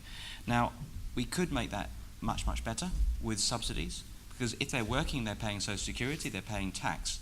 So it's not costing that much if the government was to give incentives to employ people part-time, particularly working mums. But the reason why they have to work in the first place is because they're probably struggling to pay a mortgage, because the cost of housing in Jersey is so high. Why? It's because of lack of supply. Now, Deputy Higgins is saying that's because there's too many people. We're talking about the people that are here already, not the ones that are coming in. We haven't built enough houses for the people we've got now. And that's why the price of property is high, and that's why so many people have to both work in order to pay that mortgage, or just their rent, because rents are high too, because there isn't enough housing.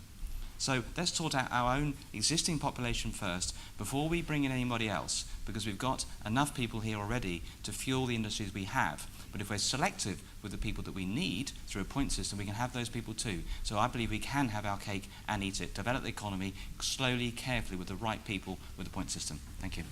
Thank you, Andrew. Mary-O. Well, it's a long time since I was a working mum, but I did have to go to work when my children were small because I was left on my own. But I was lucky enough to find a job where I worked full-time and I had a family. But now the grandmothers are working. Some of the great-grandmothers are still working, and both parents do have to go out to work. But I do believe that when we're talking about businesses giving people the opportunities, that's all right for great big businesses. But what about the little businesses? They can't afford maternity leave. They can't afford to just let people go. You have to get a balance right, and the law needs to protect the employers as well as the employees. And I think the immigration thing is going to come into force, and I think it will have a knock-on effect on all these issues. But I think working mothers should be applauded. Thank you, Mary. Jackie. Thank you. Immigration is a massive issue. One of the difficulties when we were debating family-friendly policies was that a large percentage of businesses over here only employ 6 employees or less. And employers were concerned about the impact on their business of having to pay maternity leave of 6 months, which would be quite a substantial amount of money. So States members took a pragmatic view that we brought the legislation in. It would be 2 weeks, but obviously at some point it's going to come back, and that will be increased. Like Andrew, I think the big problem in Jersey is housing. There simply isn't enough affordable and social housing. So women are forced out to work to either pay mortgages or pay rent. What I would like to see is more mums actually staying home with their children if they wish to, or fathers, and for us, the states, facilitating that by providing more affordable housing. So mums and dads, both parents, don't have to go out and work full-time as they do currently at the moment. The other thing that really, really bothers me as a result of people working such long hours is reports of children arriving at school hungry or anxious about who's going to be picking them up at the end of the day. And I really do think we need to invest more in our early intervention services for those vulnerable families. And the professionals know who they are, and we're simply not doing enough for those families at the current time. So I would like to see greater investment in that. Thank you. Thank you, Jackie. Ted, your last word on this? Thank you. Yes, the difficulty with family-friendly legislation in Jersey was highlighted by Jackie and by Mary about the fact that so many of our businesses are small. In fact, 78% of all businesses in Jersey employ less than 6 people. Now, an attempt to give them 6 months maternity leave would have broken most of those businesses. I believe 2 weeks is too short, and I think 3 months would probably be about the right amount. And as Jackie has alluded to, I think eventually it will stretch out.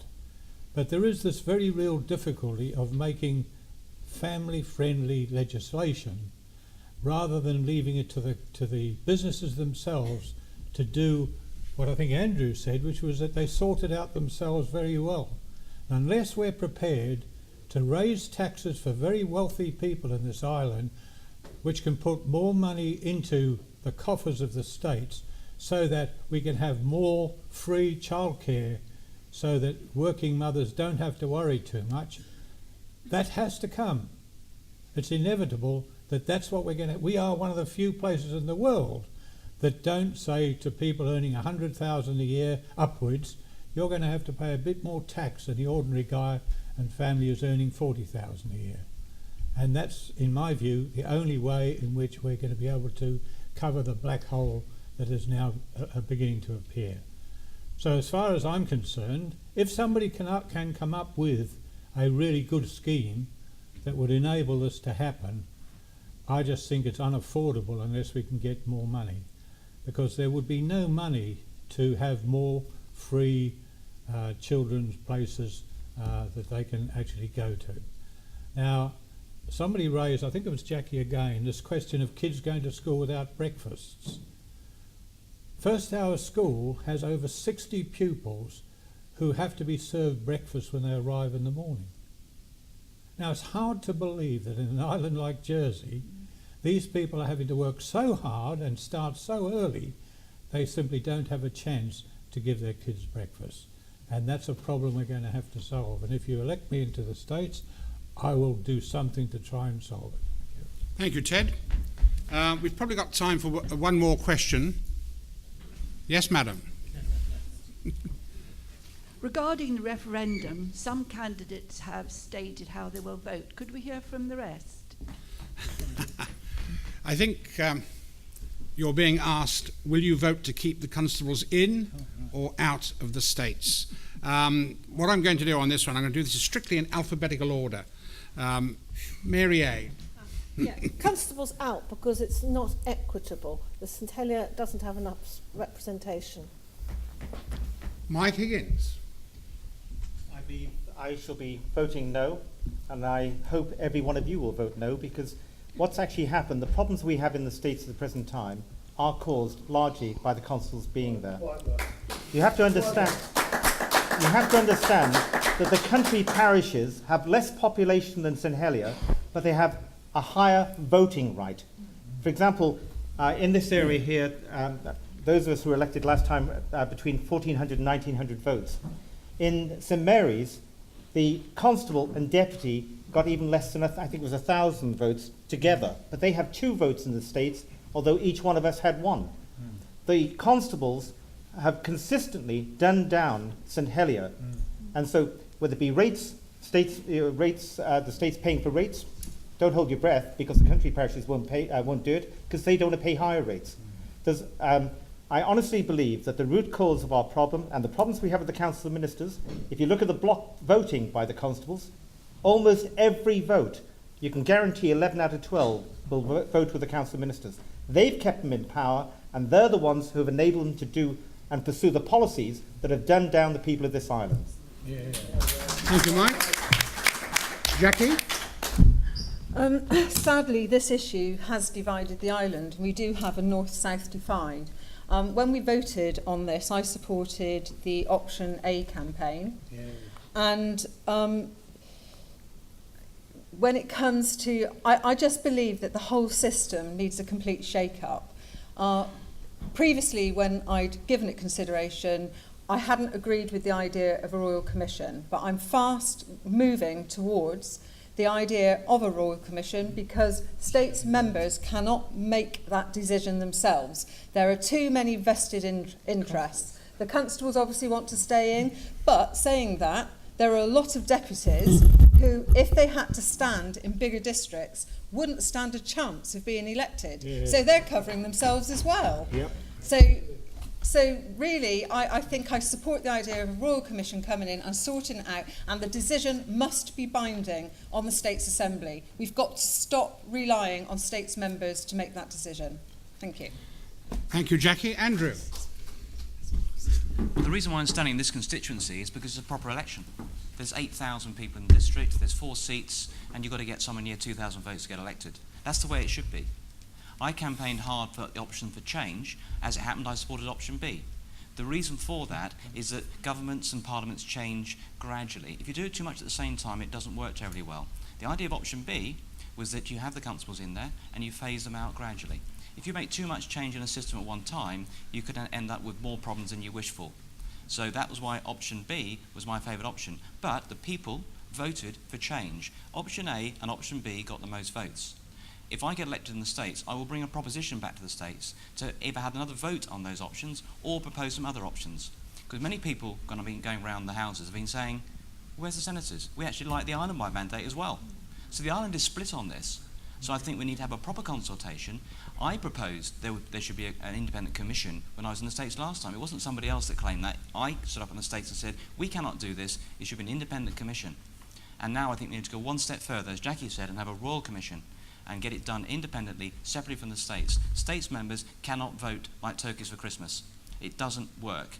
And if you want real change, you need to vote for somebody that's prepared to stand up there and propose that the whole thing is brought back to the States and debated properly, and if there's a referendum again, that is accepted by the States and change happens. Thank you. Thank you, Andrew. Christian. I have a personal preference to keep the constable, but that is my personal vote on the issue. When the issue comes to the States, it's a referendum, and if the public say that they wish the constables to leave the States, and that is the way I will vote. That is why we are having a referendum. As Andrew says, it was a disgrace that last time the decision of the people wasn't enforced. Last time round, I actually supported option C because I was unhappy with the A and B campaigns, mainly because I favoured keeping senators. Listening to the words of Jackie tonight and Andrew, I am also more coming round to the concept of having a Royal Commission on this issue, because I think that so much time has been wasted over and over by the states attempting to fix themselves that the people are fed up of listening to it, of reading about it. They want some change, and I think it's going to have to be an independent commission that says this is what needs to happen. I think the question is, do you vote yes or no for constables in the States? In the States. There's a referendum taking place at this election, October 15th, and the question is, how I would vote in that referendum. Constables in or out? I would vote yes in that referendum. Yeah. Personally, yes. Yeah. Thank you. Laura. I have voted no to kick constables out. There's disproportionate representation in the States. Simon Crowcroft, 1 vote for 33,000 people. In St Mary's, the constable has 1 vote for 1,500 people. The constables vote en bloc. They're traditionally conservative. They're part of the honorary system, so why are they paid? There's nobody else as part of the honorary system. They do 2 jobs. They do the role of a deputy, and they do the role of a constable. They are good to keep the links with the parishes and the states, and they do good work in the parishes. But myself have voted no, and Reform Jersey also support the no campaign. Thank you, Laura. Mary-O. Well, I will be voting no. I think the constable place is in the parish hall where he belongs. His deputies should be supporting him, and the senators should be doing the other big things. The Clothier report said there's no place for the constables in the States. Read it again if you can. It makes very good reading. No, no, no. Thank you, Mary. Richard. Thank you. I, like Jackie, voted on option A when we had the vote in the States. St Helier has got unfair representation. I don't believe just a straightforward yes or no is the right way forward. Like Jackie said, I believe we need a whole revision of the system. It's got to happen, and it's got to be taken out of our hands. St Helier 3 and 4 voted by 2 to 1 in favour of option A, and that's the way we supported, and that's what I will do, the results of what the people of the district want. Thank you, Richard. John. I would vote no, because I think that the constable should stay in his own, it should deal with his own things in his own parish, which I think will be the best thing for them to do. Thank you. Ted? Yes, thank you. I actually supported option A, not only by voting for it, but by campaigning for it, and walked the streets of St Helier with leaflets, put up posters, because I firmly believe that, as Mike has said, that the constables are basically the cause of a total imbalance in the opinion in the states. Now, it's very interesting that the Venice Commission, which was set up by the European Union to provide guidelines for small communities on the type of government they should have. And the fundamental principle of that was that there should be an equal size for every electorate, and every elector should have one vote. Now, in the referendum and in the document that was produced by the Commission, they recognised that, but they went on to say, however, there are special reasons for Jersey to look closely at the constable's position and say that we are able, within that ruling of the Commission, to make our own decision. And even though they highlighted the right of Jersey to do what was wanted, which was to get rid of the constables, they then went ahead and said Jersey is a special case. Now, that commission that was set up was originally proposed by Deputy Daniel Wimberley of St Mary, and the states passed the proposition, which also said no politician should be involved on this commission. Now, when Sir Philip Balhash was elected, he came before the states and said, no, that's not right, and we have to have politicians because they're the only ones who can understand the situation. So he put himself as the chairman, even though I've got a letter back from 2002 when the Clothier report came out saying that constables were essential to good government in Jersey. Author of that letter, Sir Philip Balhash. Totally conflicted.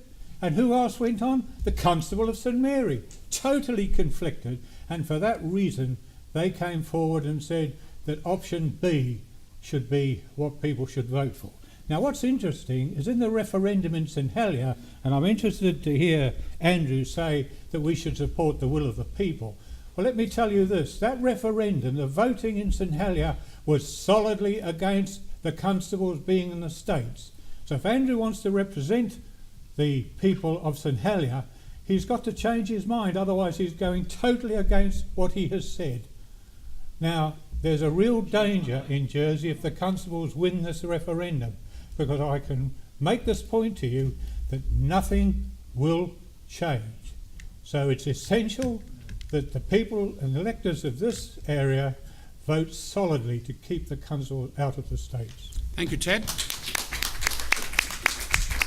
Ladies and gentlemen, it's 25 to 10. Is there any, before I close the meeting, is there anybody still desperate to ask a question of all 10 panellists? Doesn't look like it. In which case, on your behalf, ladies and gentlemen, I thank them all for coming, thank them all for their contribution this evening, and perhaps above all, thank you for coming along. And all I can do from the chair is to wish you all wise judgment when you come to vote. And hopefully, at least here, we've got some people who will vote, because I think the biggest problem we all face is this very, very small turnout. So hopefully please tell all your friends, whatever you feel about tonight's meeting, whatever you do, the one right you have is to go out and vote for the candidate or candidates who you feel will represent you. But please, above all, do vote.